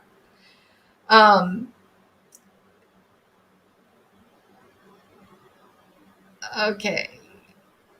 Let's be nice. Let's be nice. The prosecutor is making the defense case. I agree, Phoebe, that is the goal, right? That's what the agenda would call for, is building a case, but there's no case being built. The playing video games in no way has anything to do with running for your life and shooting someone because you're terrified you're about to be killed. That is no kind of video game I've ever played, and trust me, I have spent thousands of hours playing video games. No, he mocked this kid for being on this cadet team for the fire department EMTs. He mocked this kid for only working 41 and a half hours in 7 days. He mocked him. He mocks this kid. He brings up facts that are non-facts, Phoebe. A non-fact doesn't have anything to do with building your case. Oh, so it's true you did not tell people you were 18. Yeah, that's what I said. I didn't tell anybody my age. It wasn't relevant. Oh, so you didn't tell them you were 17. Nope. I didn't tell them I was 20. I didn't tell them I was 18, 50, 120. Age never came up. No, this guy is not building a case. He's supposed to be building a case, but he's not. Right? Now then, let's go forward. So you understand that there's a difference. And keep an eye on the guy with the glasses. He is and using it to making me protect laugh. property, correct? Yes. And you'd agree with me that you're not allowed to use deadly force to protect property, correct? Yes. But yet you have previously indicated that you wished you had your AR-15 to protect someone's property, correct? Okay. His day is about to get much worse. If he hasn't already had a bad day up to now, he just stepped into a big old pile of you know what. So let's see what the judge thinks about this line of questioning. I'm going to ask you to go into the library again for a moment, please. Please don't talk about the. Now, I can't help but notice Kyle seems to know something is up, right? Kyle is thinking, I don't know, call me crazy, but I think the judge may be a little bit mad. To stop someone who is about to start an unoccupied car on fire, correct? Getting a flatbed trailer on fire, correct? Correct. You'd agree with me that you can't use deadly force to stop someone from lighting some. So you understand that there's a difference between using deadly force to protect yourself and using it to protect property, correct? Yes. And you'd agree with me that you're not allowed to use deadly force to protect property, correct? Yes. But yet you have previously indicated that you wish you had your AR-15 to protect someone's property, correct? Okay, now watch Kyle's face. No words, just watch his face. Is he smiling? He is smiling. Now let's see if the judge is smiling. Or attempting to provoke a mistrial in this matter. He is knows provoking a people mistrial. into this, and he's asking the questions. I ask 'Cause the they court to have strongly no admonish case. him, and the next time it happens, I'll be asking for a mistrial with prejudice. He's an experienced attorney, and he knows better. Mr. Finger? First of all, Your Honor, this was the subject of a motion. I'm well aware of that. And the court left the door open. For me, not for you.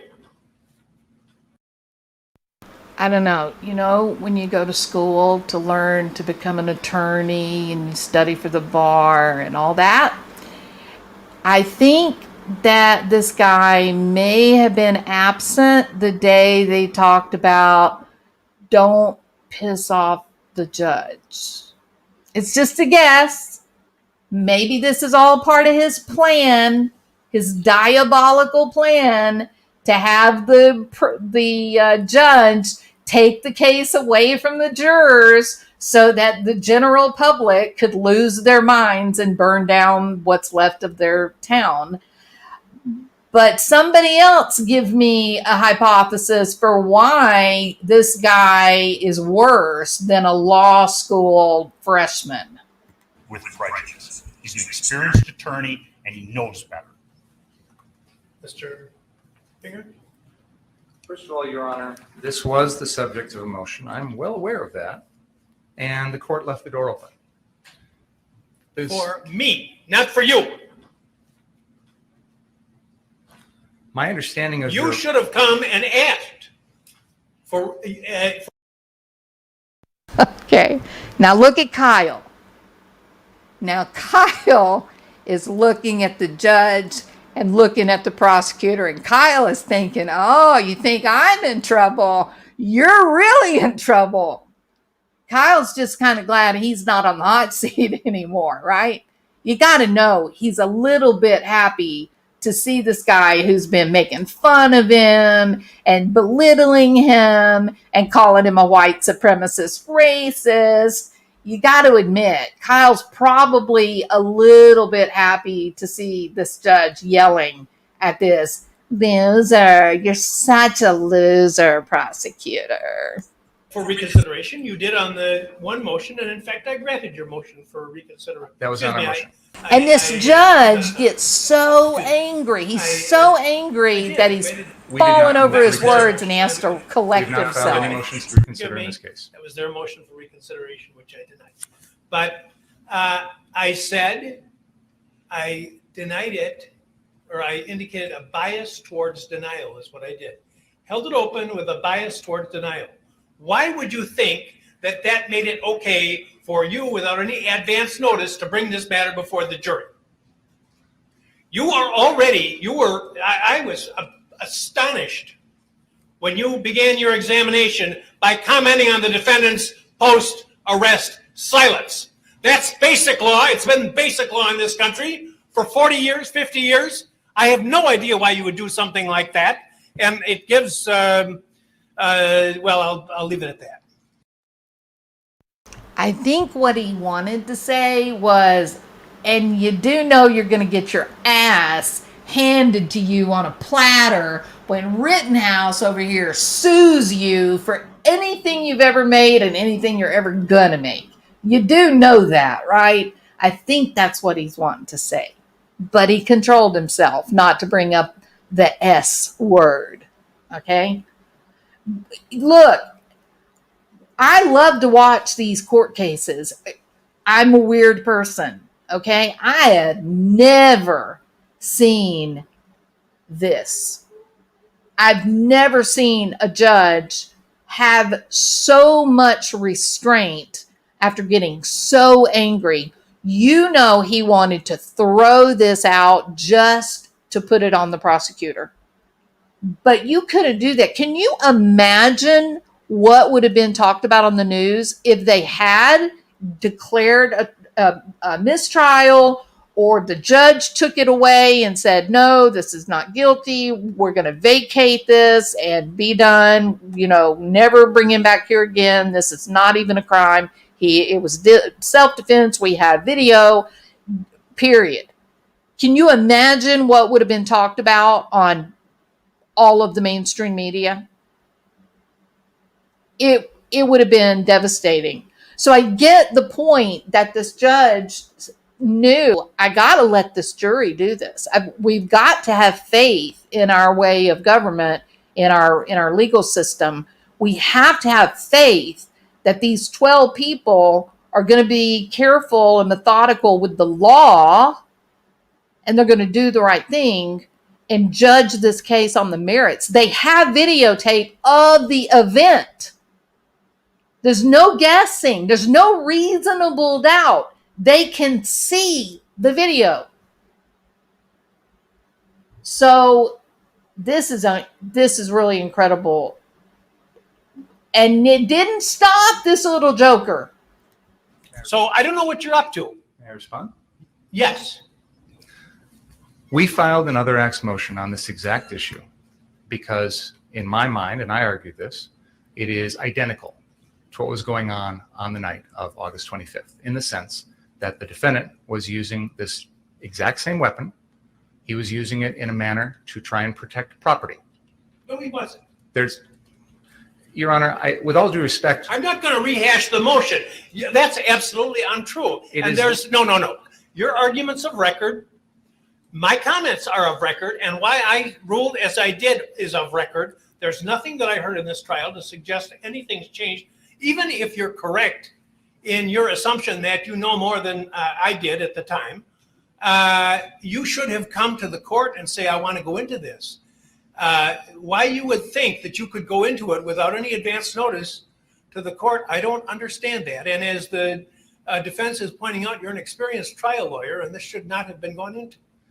Your Honor, there have been things in this case, testimony in this case, that I believe opens the door to this. For example, the defense has introduced evidence that the defendant pointed a gun at a man wearing yellow pants because that person was on a car, on the car source lot. Now, there's no... Okay, so they're referring to basically what was like hearsay, and it wasn't anybody that was involved in the actual shootings. It was nothing like that. There was someone there sitting there. He popped off some kind of smart aleck comment to Kyle, and Kyle responded back like, "Yeah, I know that." But he just said the words, but he didn't do anything. Like, he didn't turn around and point his weapon at the kid, right?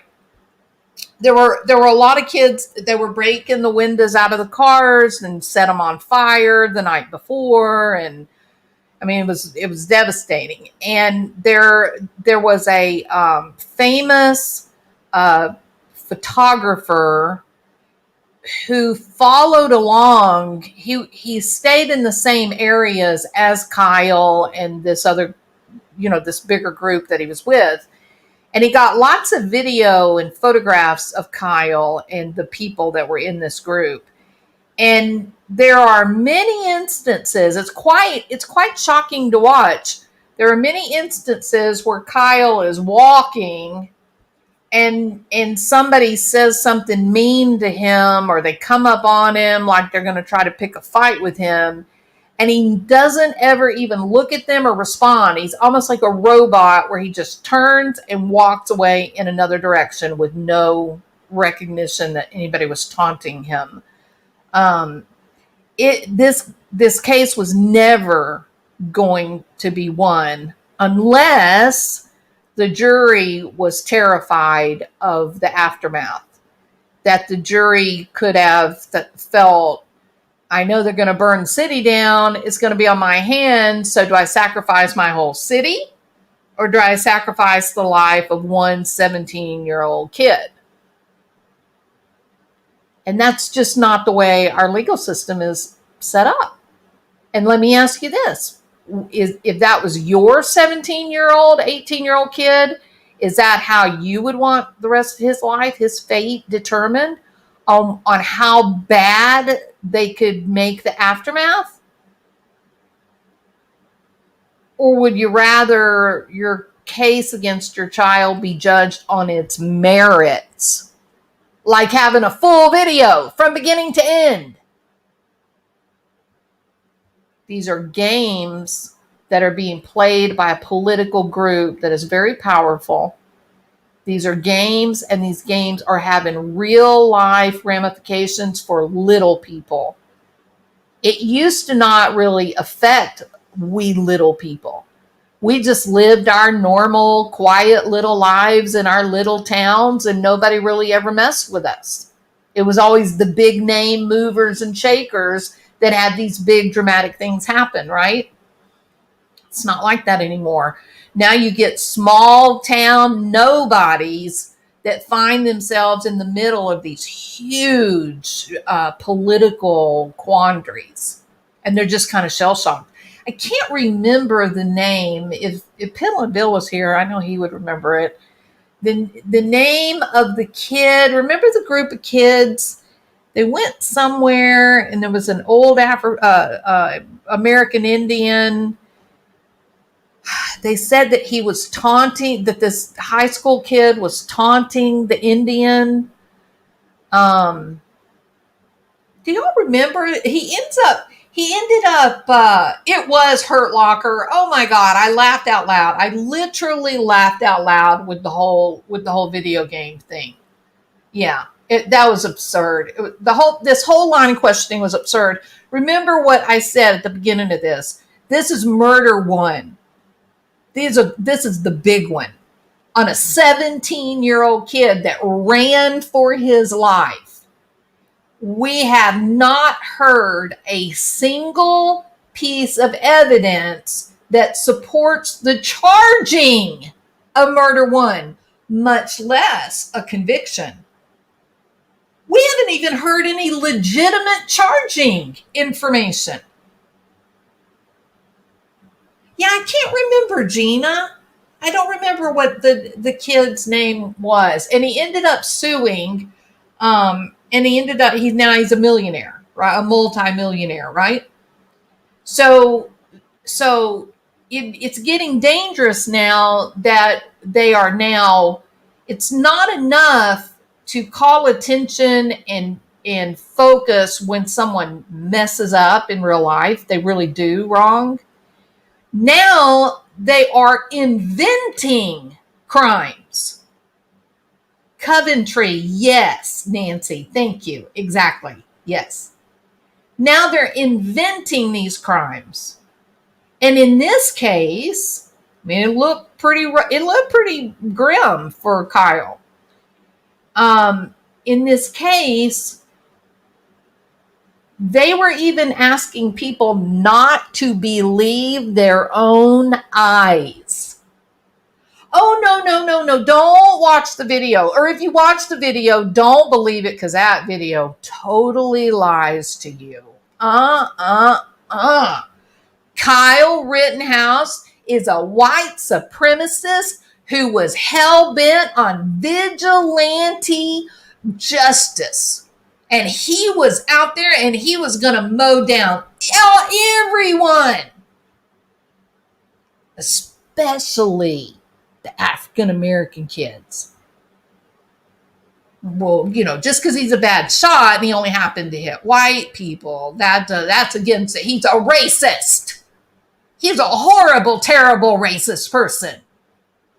Don't you dare believe your eyes and watch that video. And don't you dare pay attention to the fact that not a single African American person was shot or hurt or assaulted or defamed by Kyle Rittenhouse. In fact, there are photographs and video of Kyle Rittenhouse helping a couple of African American young adult, or could be teenagers, protesters that had gotten pepper spray in their face by the police. He's helping them. This horrible, raging, maniacal, vigilante, racist, white supremacist is helping these two people. But that was an inconvenient fact, right? It was inconvenient. So we don't put that on YouTube. Don't do that. They invented a case against this kid, a kid who was really sympathetic and relatable. This should scare every parent in America. Not just white parents. I said parents. The fact that MSNBC is trailing a bus full of jurors during deliberations should scare you to death. That's your mainstream media messing with the jurors, looking to exert influence on the decisions of the jury. That should scare you to death. What was it that Obama said? Elections have consequences. Justification that I can think of why the defendant would point that gun at someone. The defendant has just testified this morning that he agreed with that person in the yellow pants, that he pointed the gun at him. He said, I was joking when I said that to the guy in the yellow pants, but he said, he's acknowledged that he told the person in the yellow pants, yeah, you're right. I did point a gun at you when you were sitting on a car. He said, I did. That's what he Exactly. testified. So he's agreeing. May I finish, please? I'd like to have a chance to make a record if I could, without being interrupted. Oh my God, he's such a wussy boy. He has mentioned that he's acknowledged that he's used this gun to protect property. He's also just acknowledged that he knows he can't do that. I am attempting to impeach him. He didn't shoot anyone protecting property. He shot the people behind him that were chasing him and hitting him. That's who he shot. He didn't shoot anyone sitting on a car. Where's your evidence for murder. Now, with the prior August 10th incident, 15 days prior, involving the same gun, where he is threatening to use that gun to protect property. It goes. He had the gun with him. Your Honor, he is saying he wished he did so he could shoot people. You know, there's a lot of difference between commenting about something when you haven't got a gun and threatening someone when you do. You know, it's interesting, Your Honor, because the entire defense theory in this case is Joseph Rosenbaum, who was unarmed. I want you to tell me what the defense theory of the case is. I want. May I respond to what you just said, Your Honor? I'd like to respond to what you just said. I apologize, Madam Court Reporter, but I'd like to try and make a record without anyone interrupting me, if that's okay. I believe that there is a central part of this case that Mr. Rosenbaum is making threats that he has no ability to carry out. So, to your point, Your Honor, you're arguing that this August 10th incident, one aspect of why you don't believe it's relevant is the defendant didn't have the gun with him. This case is about someone who didn't have a weapon, and yet the jury is being told because of those threats, that means.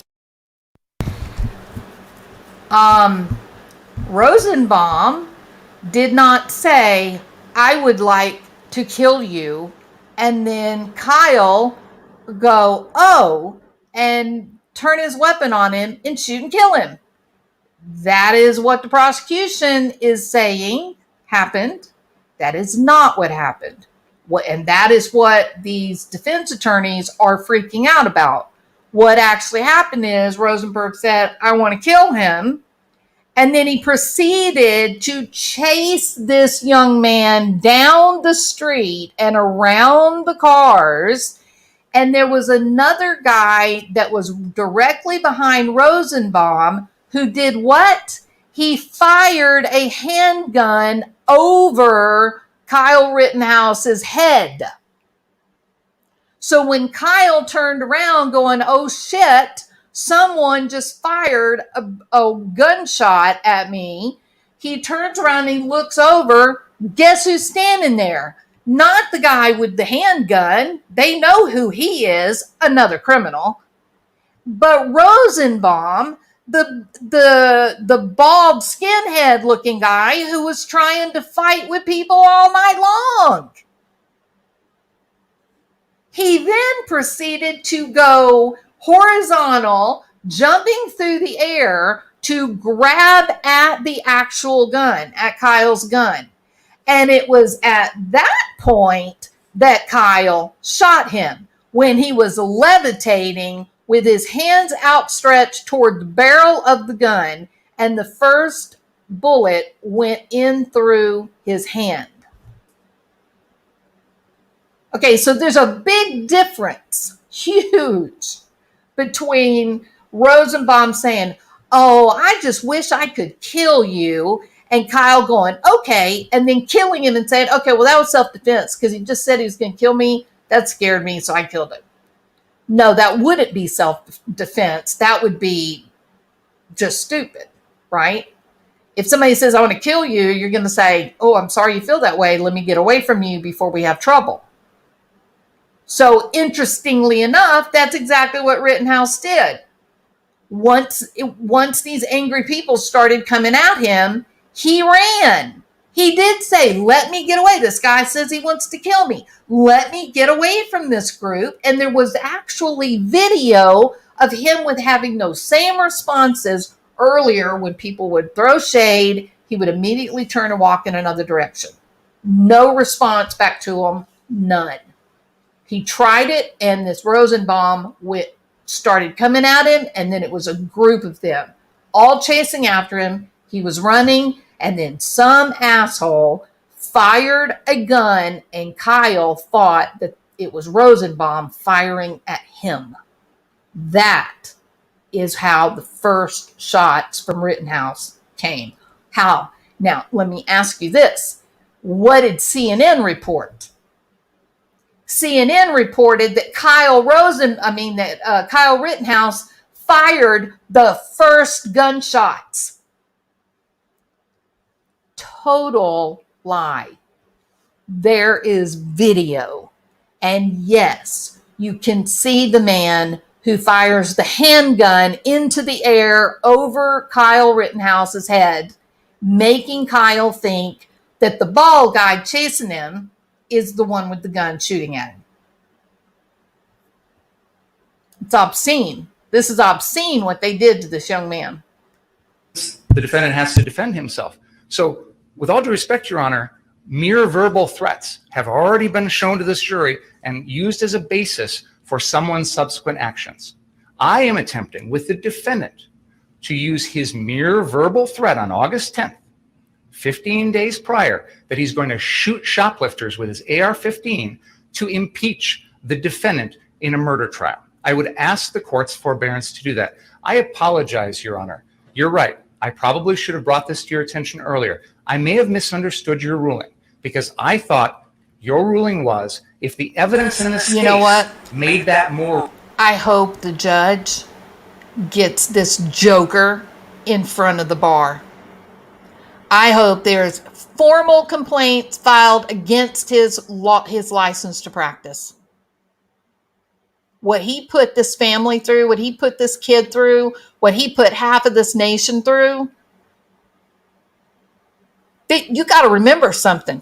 Kyle Rittenhouse, it is his civil right to protect his life.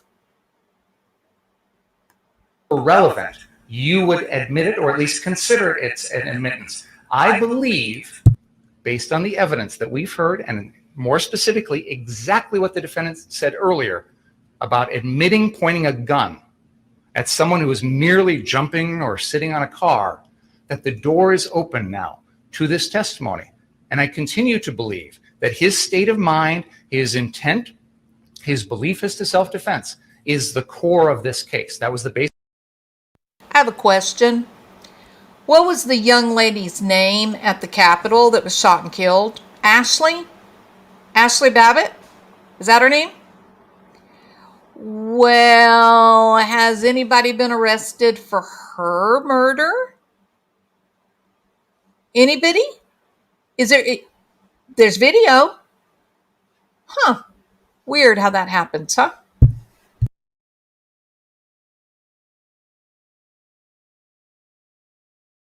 Basis for my motion, you were strongly inclined against it. I understand that.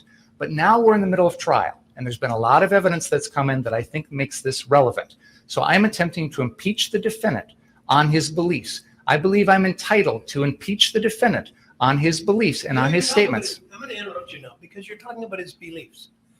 I think that's what they call his statements to Your Honor. Because he just said, can't use deadly force, can't threaten to use deadly force to protect property. So now I'm impeaching him on that. Your Honor, the court has seen no reason to change its ruling. And just so this record is clear, in spite of the lengthy statement by Mr. Binger, before we started today, the court specifically stated in Mr. Binger's presence, there's been nothing to have me change any of my. I think there's vodka in that giant baby bottle that he was just sucking on. My rulings.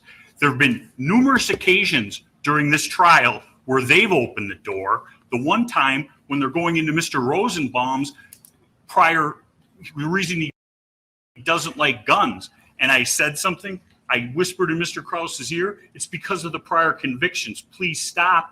And he did. I don't know. He knows if you're going to. I don't know why my video stopped. Let's see if I can fix it. Force to protect property. There we go. So now I'm impeaching him on that. Your Honor, the court has seen no reason to change its ruling. And just so this record is clear, in spite of the lengthy statement by Mr. Binger, before we started today, the court specifically stated in Mr. Binger's presence, there's been nothing to have me change any of my rulings. There have been no. Now notice Colonel Sanders back there has become so overwrought by the foolishness, he's resorted to picking his eyebrows out of his head. It's called trichotillomania. It's an anxiety disorder. Numerous occasions during this trial where they've opened the door. The one time when they're going into Mr. Rosenbaum's prior, the reason he doesn't like guns. I whispered in Mr. Krause's ear, it's because of the prior convictions. Please stop. And he did. He knows if you're going to go into something that's been excluded in a pretrial order, you better get permission. This is ridiculous. It wasn't excluded, Your Honor. You know why it was excluded in the first place? Because it was propensity evidence. That is exactly what 90404 is designed to prevent. You're talking about his attitudes. His attitude is he wants to shoot people. Now, I've admitted that kind of evidence in other trials when it's been appropriate. I didn't admit it in this case because, to me, what I've heard in this trial, and by the way, Mr. Richards absolutely correctly points out that just hours ago, I said I had heard nothing in this trial to change any of my rulings. So why? Testimony, Your Honor. Pardon me? That was before the Don't defense testimony. get brazen with me.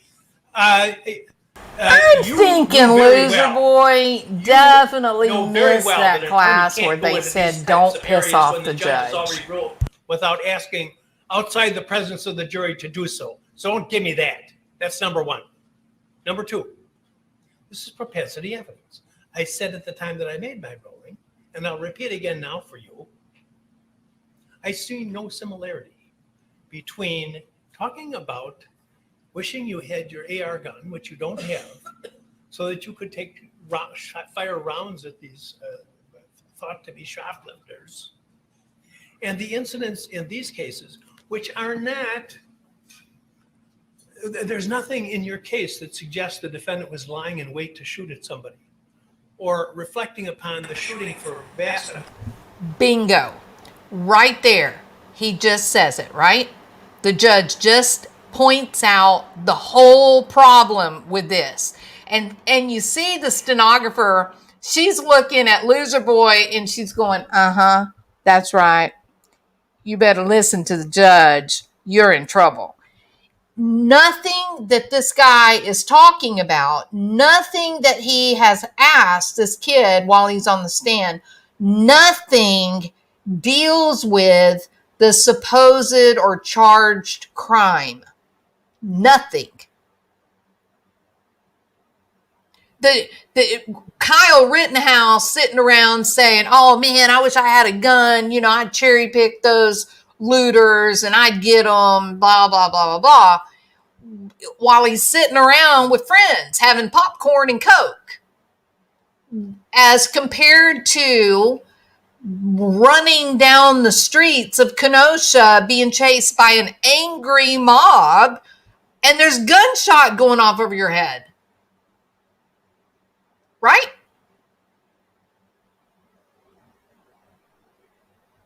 And so you say to yourself, yeah, but you know what, Jules?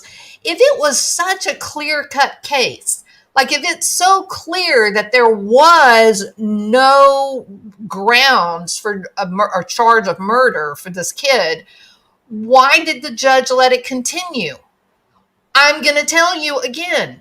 What do you think would have happened on the lamestream media when it came out that this judge threw the case out and said, there's no case. There's no evidence. We don't need evidence because we have got multiple recordings of the entire event from start to finish.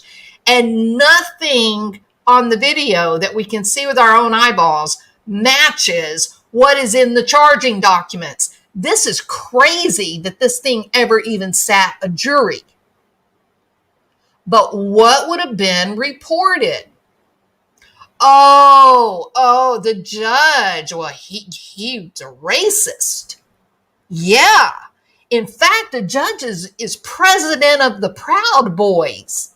And really, nobody knows it, but Kyle is actually the judge's grandson. Yeah. Oh, yeah. It's a whole racist family. The whole family is racist. That's what we would have gotten from the lamestream media. Correct? We must stop knee-jerk agreeing with the ideologues.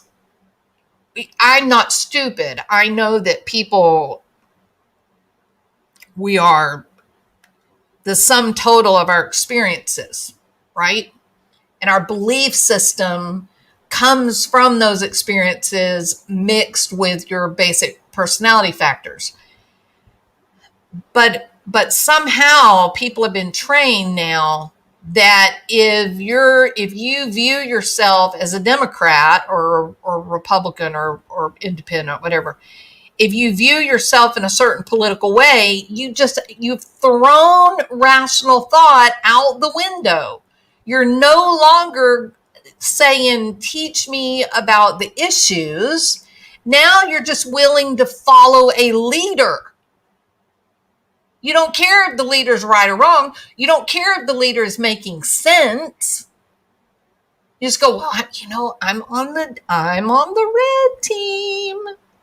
And if I'm on the red team, that means I gotta do whatever my red leaders tell me I have to do. Even though I think it may be silly and foolish and totally lacks merit, but I've chosen the red team and that's where I gotta stay. It's wrong. It's wrong. We gotta quit, because that's how people end up with dictatorships. That's how Germany ended up with Hitler.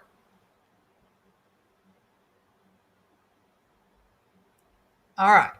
Let's see what this judge has to say. This is ridiculous. Amount of time. Every one of the incidents involves matters that involve seconds in time. So I commented at the time, I don't see the similarity, and I don't see the similarity now. If it's not similar, that's the whole rule. Those are all the exceptions to 90404.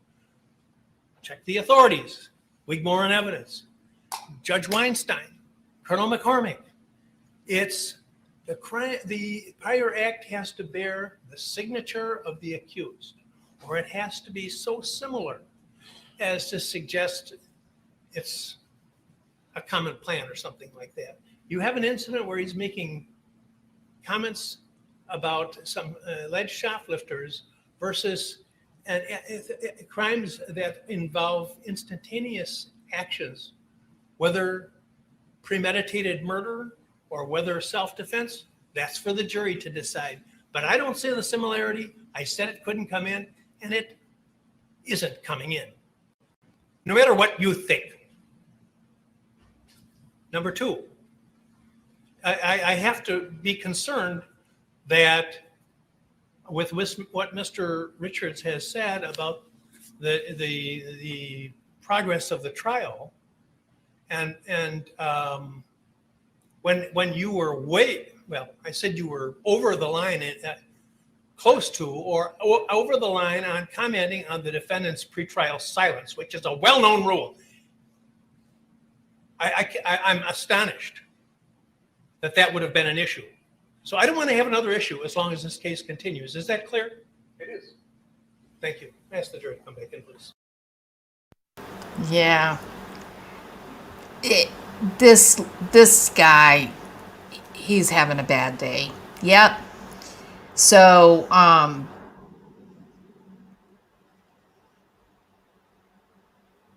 okay.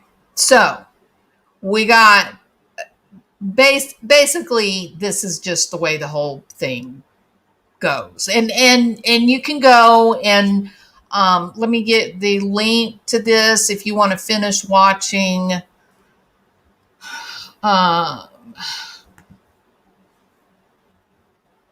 Interestingly enough, this is NBC, even though, I'm really hating on MSNBC because of the whole bus thing.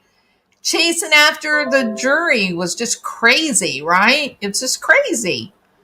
So, anyway, so here's your link. If I'll quit getting this pop up here. Oh, so embarrassing, Patriot Angel. There's no telling. I guarantee you that this prosecutor, I guarantee you he is drunker than Cooter Brown right now. I guarantee you when he got out of that courtroom today, he had a bad day. he had a bad day, no doubt about it. I think he probably had a whole bunch of drinks, Nancy. Yep, absolutely.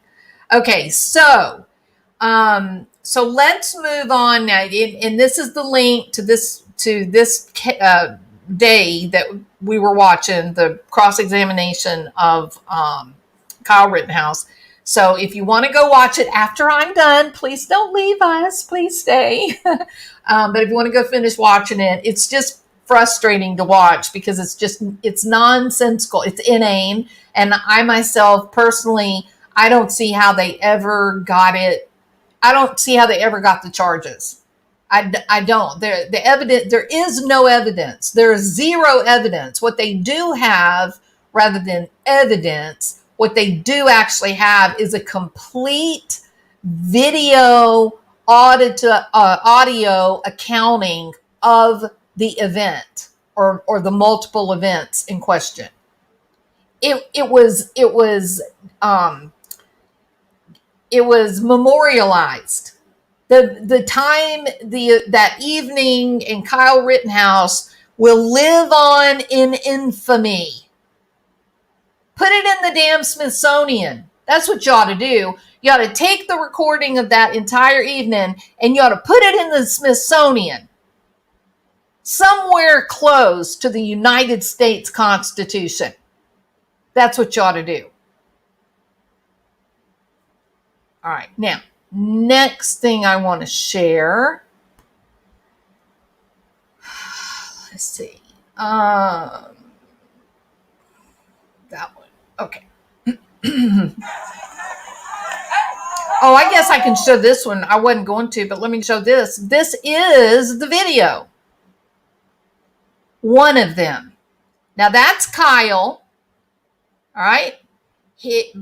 Contrary to what MSNBC, CNN, the rest of them have told you, this kid is not running toward the victims. He is not looking for someone breaking the law and then him shooting them in vigilante justice. No. In fact, this kid is running toward the police, and what you're going to see behind him is a mob of criminals, felons, child molesters. People served 12 years for raping a kid. A guy who's a domestic abuser who's had in 1 year was arrested like 7 times for strangling and suffocating his girlfriend. It's a good people, huh? Nice people. So just watch. After what you've just heard from that dumb ass prosecutor, now let's see the accounting of that evening, up close and personal. And it's a little shocking, okay? Well, it's actually very shocking. So if you don't like violence, don't watch this. That is Kyle right there. You see that orange thing on his back? You know what that is? That's a medical kit. That medical kit right there was used to help protesters that had gotten pepper sprayed in their eyes or they got a rock on the top side of the head. He was out there helping protesters. Yeah, even people of color. Didn't seem to matter to Kyle what their skin color was. Now, you heard the prosecutor. You heard how he painted this kid. Now let's watch what really happened.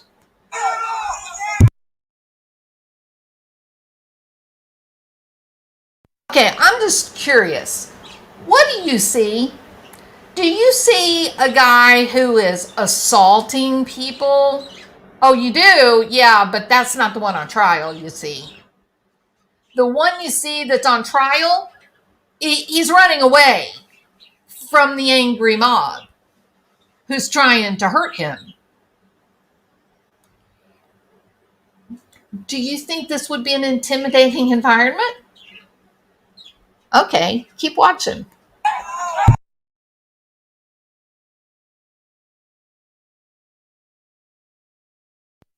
Okay, see the guy in the white pants? I mean, filthy pants. Turns out he's a felon. He's a bad guy. He's a jerk. Let's see what this huge guy does.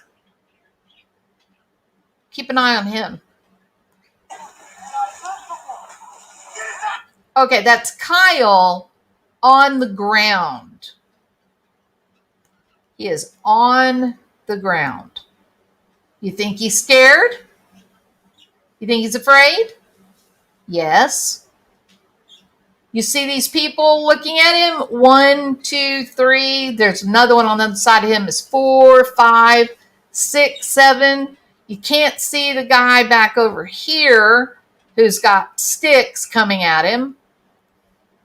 He's surrounded by a mob, and they are all saying, get him, kill him, get him. Now watch the guy in the white pants, this guy, and there's going to be another guy that's going to come up back over here, okay? But watch the guy, the guy in the white pants. Keep an eye on him.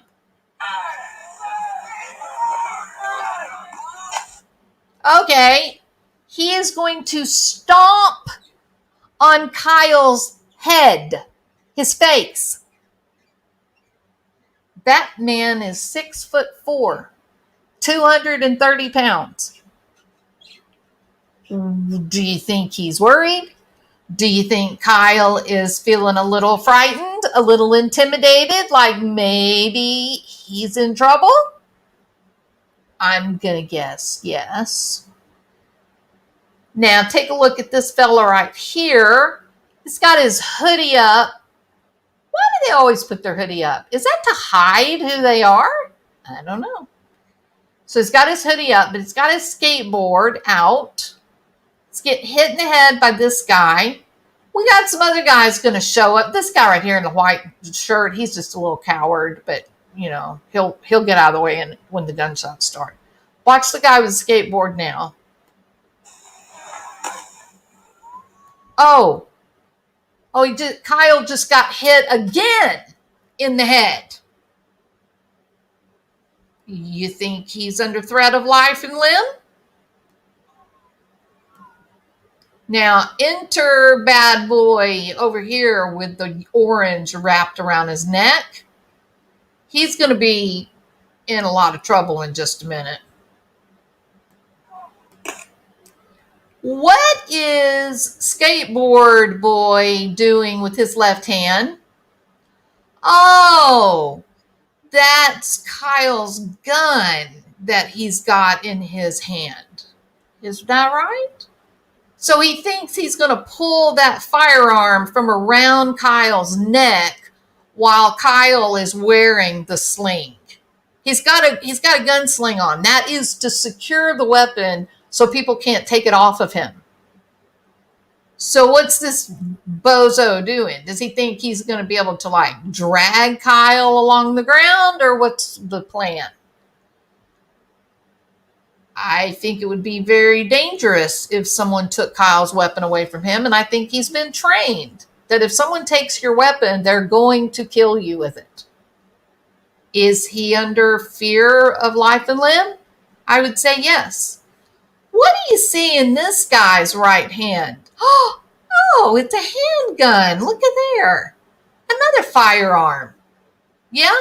And this guy came running in to be a part of the melee, as did this fella right here. They're chasing after him. They're all coming after him. Is he afraid? Well, I don't know. Can I ask you, would you be afraid if that was you on the ground with these felons? All 4 of them are felons. Not 3 felons, 1 regular person. All 4 penitentiary, multiple charges. Nice people, right? Peaceful protesters. Okay. Kyle has just pulled the trigger. And the boy that was holding the gun, he just took a round in his chest. Okay? He also hit Kyle in the head with a skateboard. Now, big boy here, big time felon. Well, now that the gunshots have started, he's going to run away and hide like a little girl. This guy right here has a handgun. He pulled it out. Now, notice the guy here all in black with the bat? He was coming at Kyle until he fired his weapon. This guy right here, he's not stupid. He's not stupid. This one right here, he's not stupid. The firing begins. It's time for me to go home. Things just got real. My bat is no measure for that kid's AR-15. Okay? So these two, this one and this one, they're like, done. Just got real. I'm going home. This little bozo right here, though, I don't know. He thinks it's Clint Eastwood or something. Okay? So he pulls his gun. He's pointing at Kyle. Kyle turns his rifle onto this man, and he puts his hands up in the air like in a hands up, don't shoot, just kidding kind of pose. And what did Kyle do? Shoot him? No. Kyle put his weapon down. He lowered his weapon because he didn't think the guy was a threat. He didn't think the guy was going to try to hurt him, and so he had no interest in shooting this guy. And then you want to know how weirdo boy here responded? How he thanked Kyle for not shooting him? Well, he pointed his handgun at Kyle's head. And what'd Kyle do? Did he shoot the guy in the head? Did he aim for his heart? No.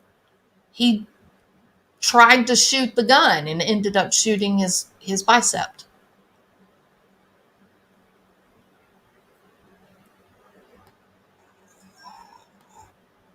Just see the weapon.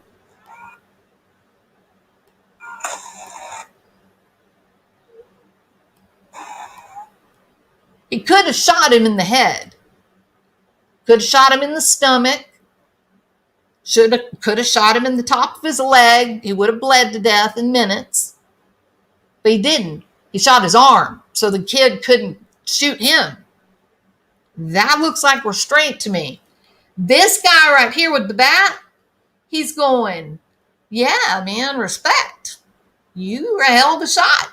I'm not messing with you, Kyle. You go, big guy. You're on your own.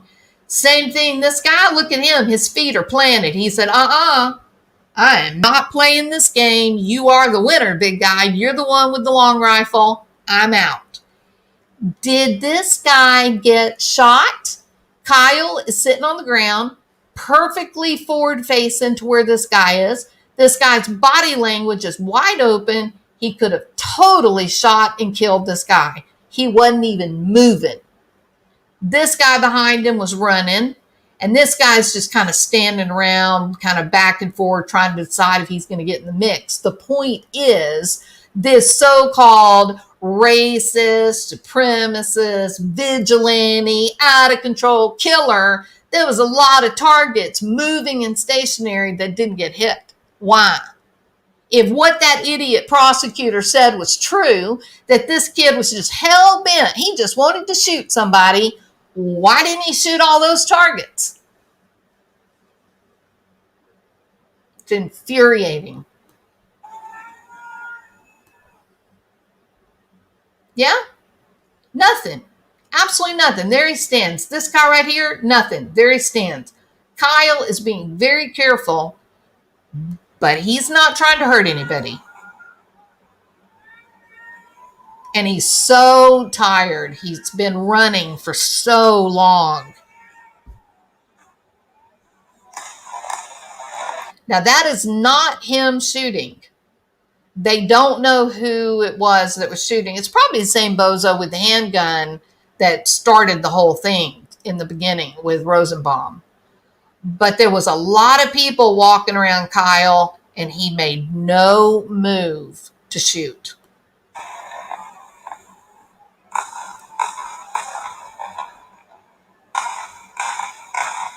This guy has been right there beside him. These over here, this guy's staying right on him. This guy's staying. He's not. He didn't feel comfortable with them there, but they were giving him his space. They were not putting him under threat, and he didn't shoot.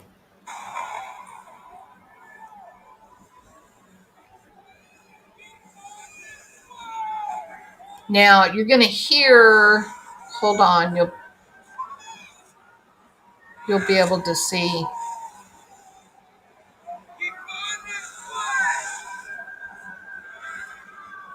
Okay, so you see the guy right here? He's yelling at Kyle, keep moving, keep going forward, keep moving forward, keep moving, keep moving, keep moving. I don't know. I guess that's part of their training, maybe. And that's when Kyle starts trying to run again, but he's exhausted. You can tell he's been running from these bozos for a long time. A long time they chased him.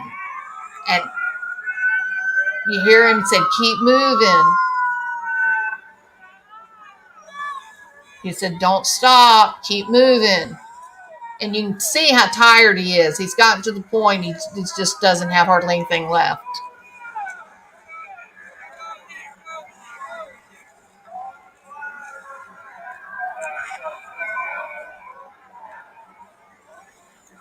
He doesn't really know what to do. You know, he knows he needs them, but he doesn't want them to think he's a threat. He can't lay his weapon down. Somebody will take it.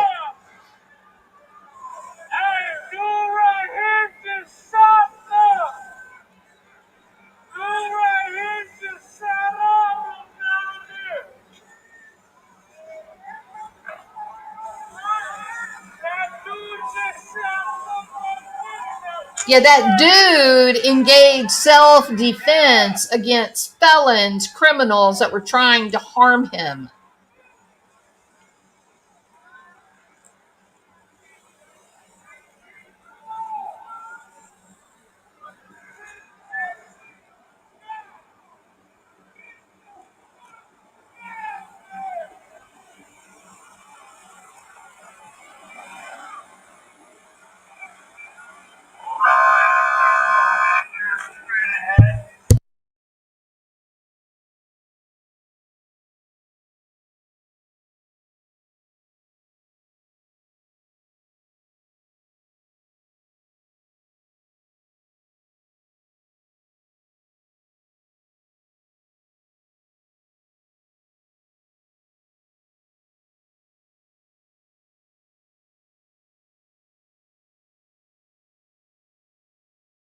I think it is very interesting.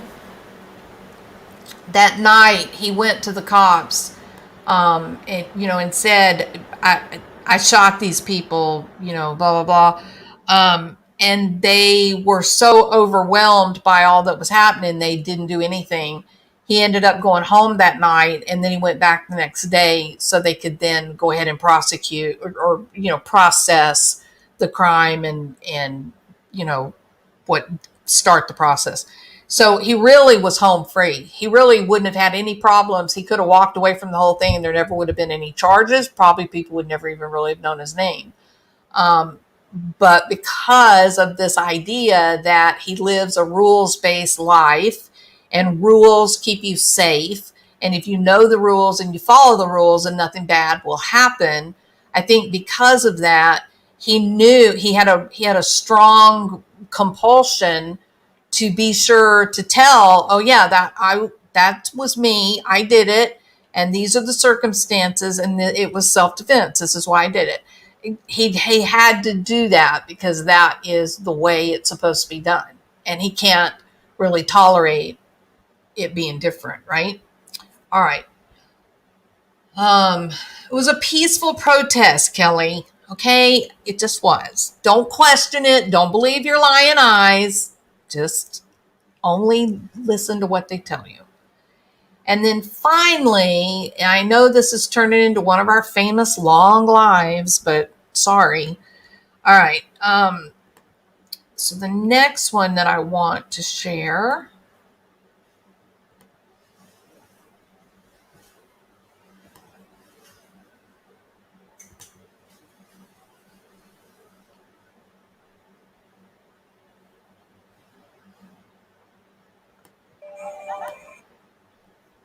Okay. Now, this was done by ABC News, and it is a really great video. Okay? It's a really great video. What they did is they put together a really comprehensive timeline. And I'm going to put the link up so those of you that want to go and watch and see the whole timeline, it's a really instructive. Okay, it's a great piece of work by ABC. I want to show and talk about just a beginning section. I'm not going to show the whole thing, but just the beginning section, and it'll just sort of gel the whole idea that has been my point tonight, which is the politics in our country have led us to a very dangerous place for John Q. Citizen, right? For we little people. We're not among the rich and the famous and the politically powerful. We're just the poor old taxpayers, right? Trying to give our kids a good home and trying to have a little fun on the weekends and making the world of commerce turn by going to work and making our paycheck and going and buying groceries, right? They've now involved us so completely in their policies and politics of power that our kids now are being exploited. The lives of our kids are being exploited for political theater. Don't you guys think it's time to say this is enough? We are not pawns on a chessboard. We're human beings and we matter. Our kids' lives matter. All of us do. I don't care if you're a D or an R. I don't care. I just want to know that what you're doing makes sense and is basically good for the citizen. I don't want to keep taking care of all the people in the world while the U.S. citizens go hungry in Appalachia, or while the U.S. citizens in Houston and Chicago shoot and kill each other every weekend. I'm tired of this way of life. I want to get back to a good, decent way of life. I want there to be less alcohol and drug intoxication. There's a good start. I want people to be raised to have empathy and love for others. There you go. Stop all of this me that breeds out empathy. You go to a Travis Scott concert and you don't care that you're trampling human beings because that's just as many people as fall. That just gets you one step closer to Travis Scott on the stage. That is absurd. It's sociopathic. We've got to start providing experiences to our young people that breed empathy and love and respect and responsibility, and less about what's in it for me. We have to stop with the political theater. We have to stop. The political theater is harming all people. It's got to stop. So let's watch the beginning of this and learn a little bit more about Kyle and how you would feel if Kyle was your son.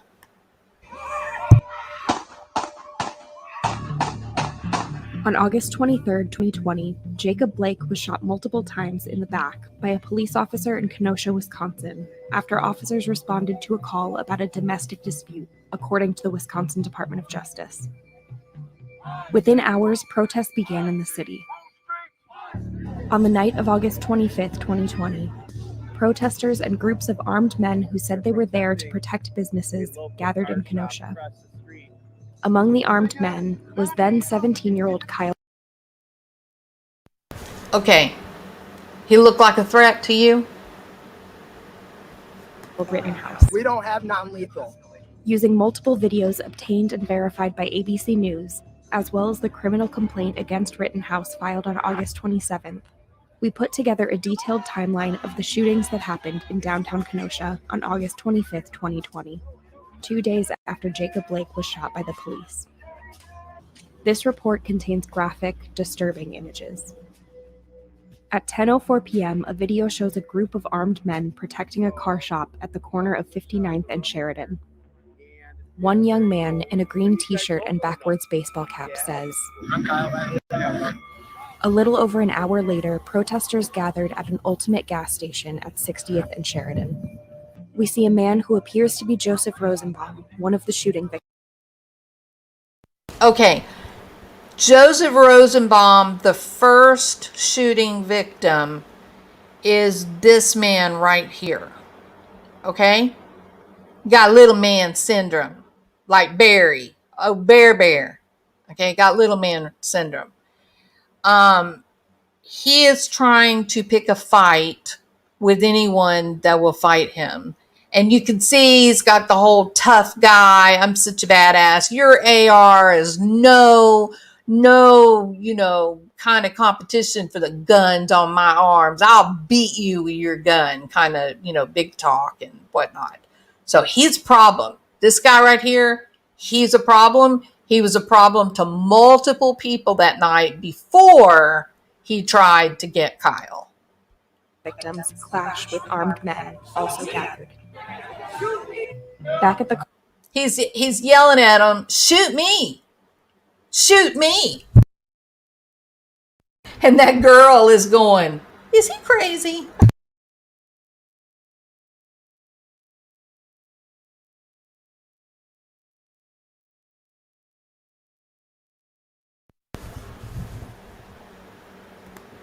Back at the car shop at 59th and Sheridan, the same young man who appears to be Kyle Rittenhouse can be seen asking law enforcement for water.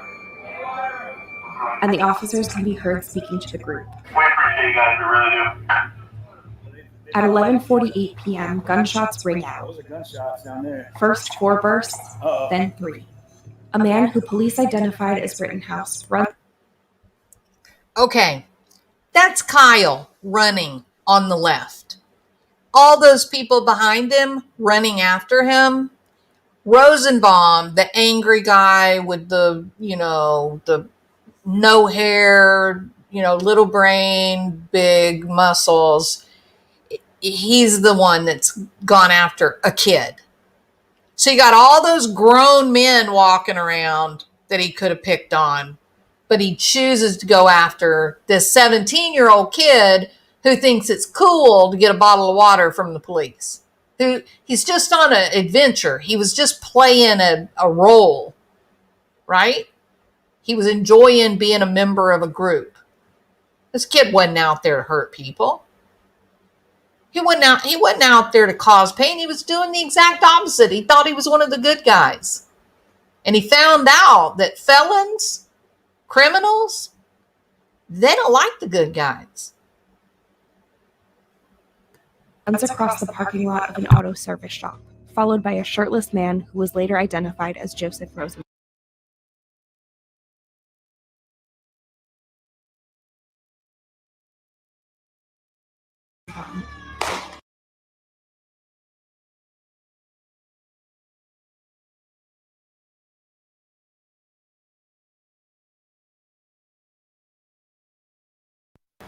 I was talking and I didn't have my microphone on. The first shot rings out. Rosenbaum is fast on Kyle's heels. Kyle believes Rosenbaum has just fired at him, and then Kyle turns around and fires when Rosenbaum reaches for his firearm. Moments later, shots ring out.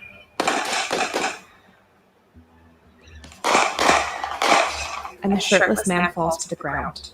A figure who appears to be Rittenhouse continues running. Seconds later, Okay, so he keeps running until he realizes he's out of danger. The guy's not chasing him anymore. What does he do?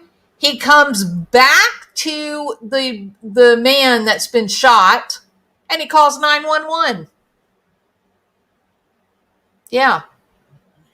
Real vigilante, huh? he comes back into view, and bystanders arrive to help the victim. Rittenhouse can be seen standing by the body, making a phone call. As more people arrive, he runs away out of frame, and someone seems to be heard saying, "I shot somebody." At 11:49, multiple videos show Rittenhouse running down the street as a pursuer tries to hit him. Rittenhouse is being chased by several people when he appears to stumble and fall to the ground.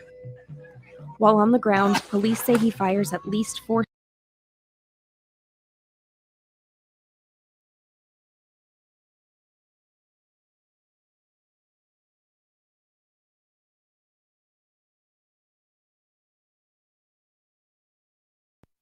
That is a really clear picture of just what a precarious situation that he was in.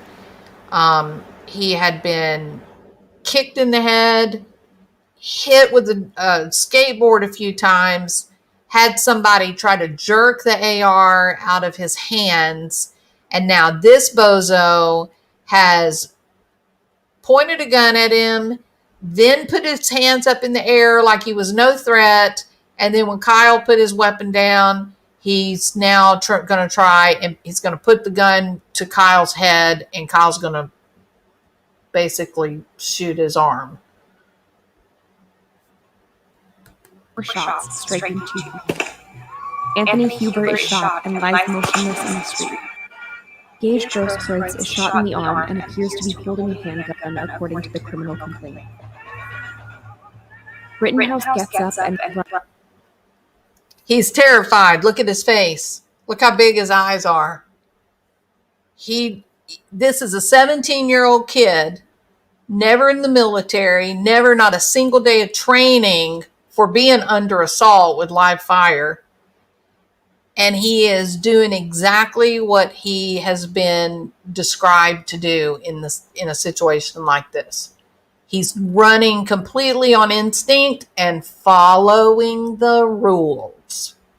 Runs down the street as police arrive at the scene. People in the crowd can be heard yelling. Rittenhouse raises his hands while his rifle hangs around his torso, and a number of police vehicles drive past him. He walks towards a squad car which is parked near the First United Methodist Church. And there are people furious that he walked past these police vehicles and they went right past him. And they say that this is evidence of white privilege. Okay? That had he been an African-American kid with an AR hanging around his neck, his hands up in the air, and the crowd saying, hey, that guy just shot people, that the police would have opened fire and killed him right there on the spot. We're not mind readers. We don't have a crystal ball. I can't say that that is a lie. I can't say that that's not likely or that that's not true, because I've seen cops do some pretty egregious things. I've also seen cops not do egregious things. I've also seen cops respond appropriately when there was an African-American kid who was aggressive and attacked the cops. The point is that people that feel like an African-American kid would have been treated differently with all else being equal, everything being exactly the same, that there would not have been a sense of ease like there clearly was with this kid. I'm not going to disagree with that based on what we've seen in this country. I'm not going to disagree with that. I'm going to agree. It could have been white privilege. It could have been that they passed up this young man because they didn't feel that he was a threat. Is that because of the color of skin, or is that because they had interacted with him earlier in the evening and they picked up on the fact that he was just kind of a good kid that was, having an adventure? Right? Remember, we saw the video where he's getting water from the police officers and they're saying, we appreciate y'all. And I don't know, but I'm not going to say it can't be, because it definitely could. But here is the other part of it. This right here, whether it's white privilege or it's not, it still has nothing, zero to do with murder charges. Do y'all get that? Y'all understand that point? These are things like this right here. This was chosen by the mainstream media to debate and talk about how horrible that this white kid is allowed to walk around down there. He's just shot 3 people, and the police are driving past him, and nobody shoots him. Nobody jumps out and grabs him. Nobody body slams him. And this is evidence of white privilege, and he should, rot in jail the rest of his life. But from our legal system, what happened right here doesn't have anything to do with the murder charges. Nothing. And let me remind you of one more thing. Not only did this kid run to the police for safety, he went back to the police after it was all over with, after everybody gone home, gone to sleep, got some rest. He went back again to make sure they knew to charge him. Does that sound like the actions of someone who's guilty? So the whole question, putting this on mainstream media, talking about it, inciting emotions, exploiting the past wrongs, that have been done against young African-American men and women, that is political theater. That is playing games with people's emotions and their lives. But charging a person with murder and getting a conviction for murder, this has nothing to do with it. But the lawyers are going to laugh at you because they're going to say, oh, wait a minute. Not only did he run to the cops asking for help, but he showed up 48 hours later and said, hey, did you guys remember? Am I supposed to give a statement, or what am I supposed to do? Because I shot these guys. They were going to hurt me, and I just need to make sure that the record is correct and everything's okay. Okay, that was unusual. So my whole point of this is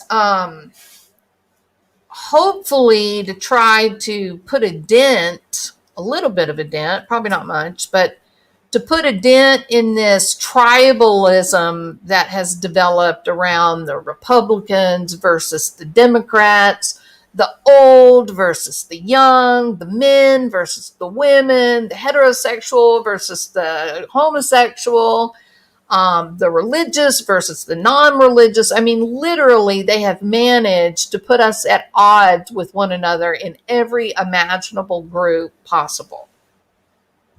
And what good are you for it?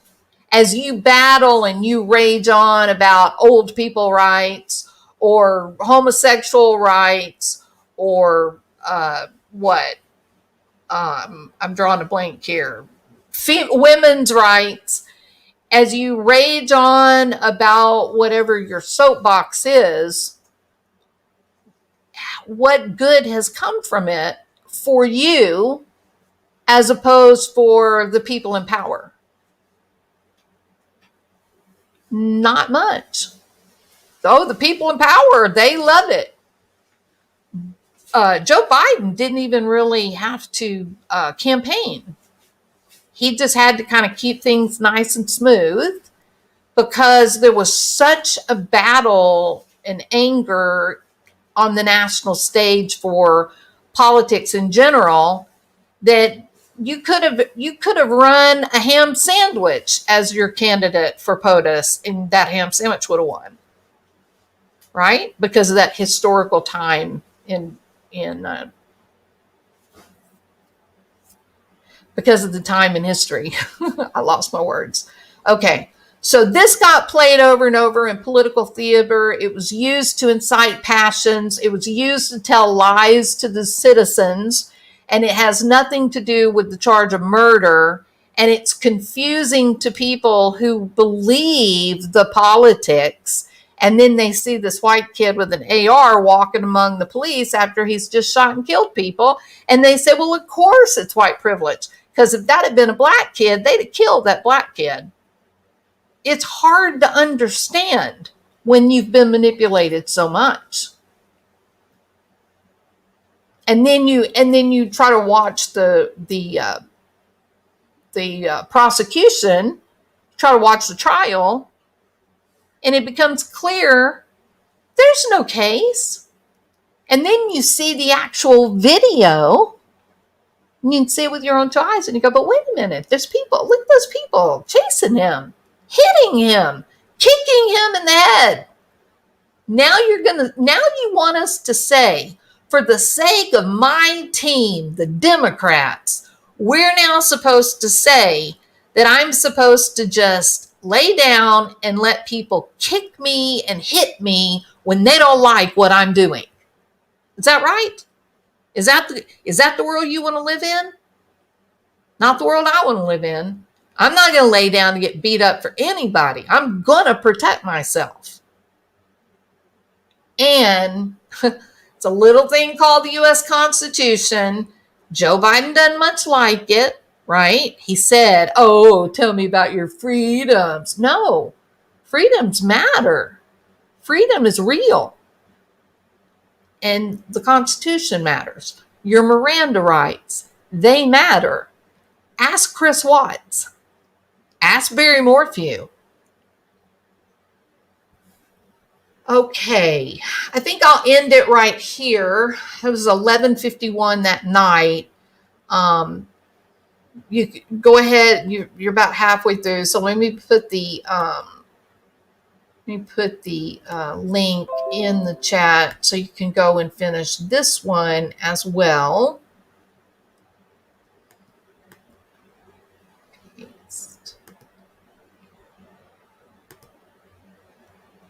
All right, there we go.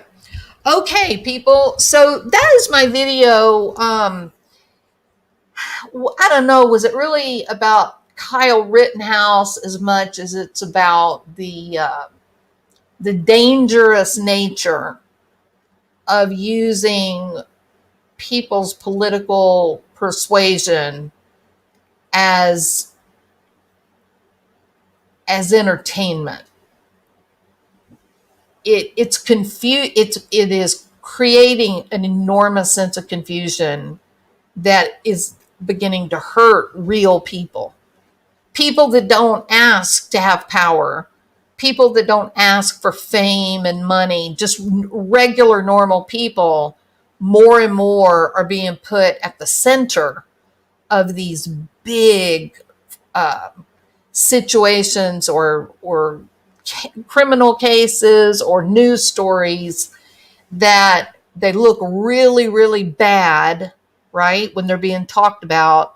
But then when you dig into the facts, you realize, wow, you know what? The mainstream media, what they said wasn't real at all. That wasn't true at all, what they said. All right. Okay, more than anything else, remember, everybody's different. We all have different opinions about things, and that is because your opinions and ideas are the sum total of all experiences that you've ever had, and the interaction with your personality factors. Because of that, out of respect for each other's individual experiences across your lifespan, it's okay in our channel to have different opinions from one another. That's how we learn, is by expressing the differences in opinion.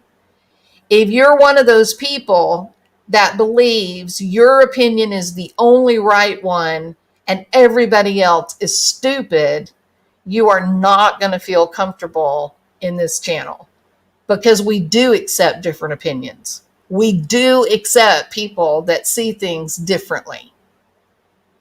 It's important to be able to tolerate that.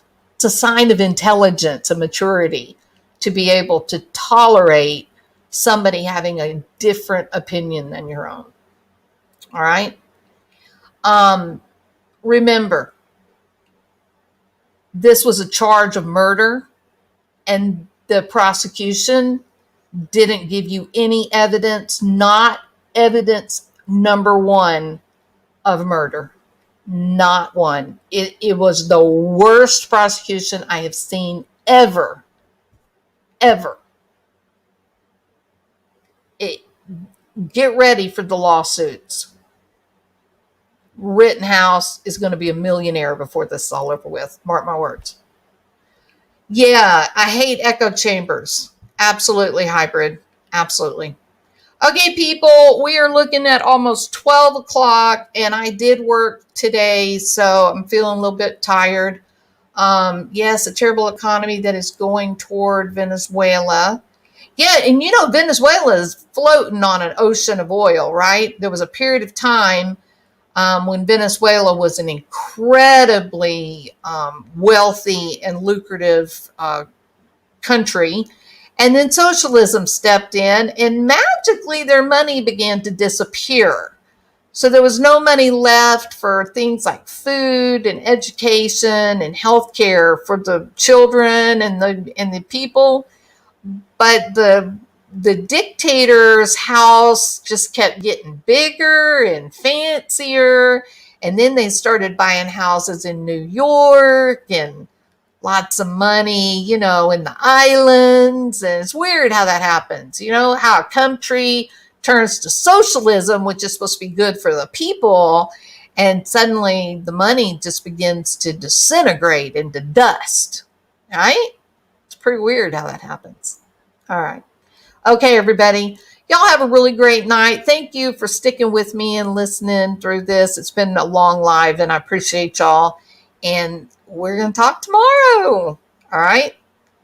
Our money seems to be disappearing as well, Nancy. I would agree. All right, everybody. Y'all have a good evening, okay? Talk to you later. Bye.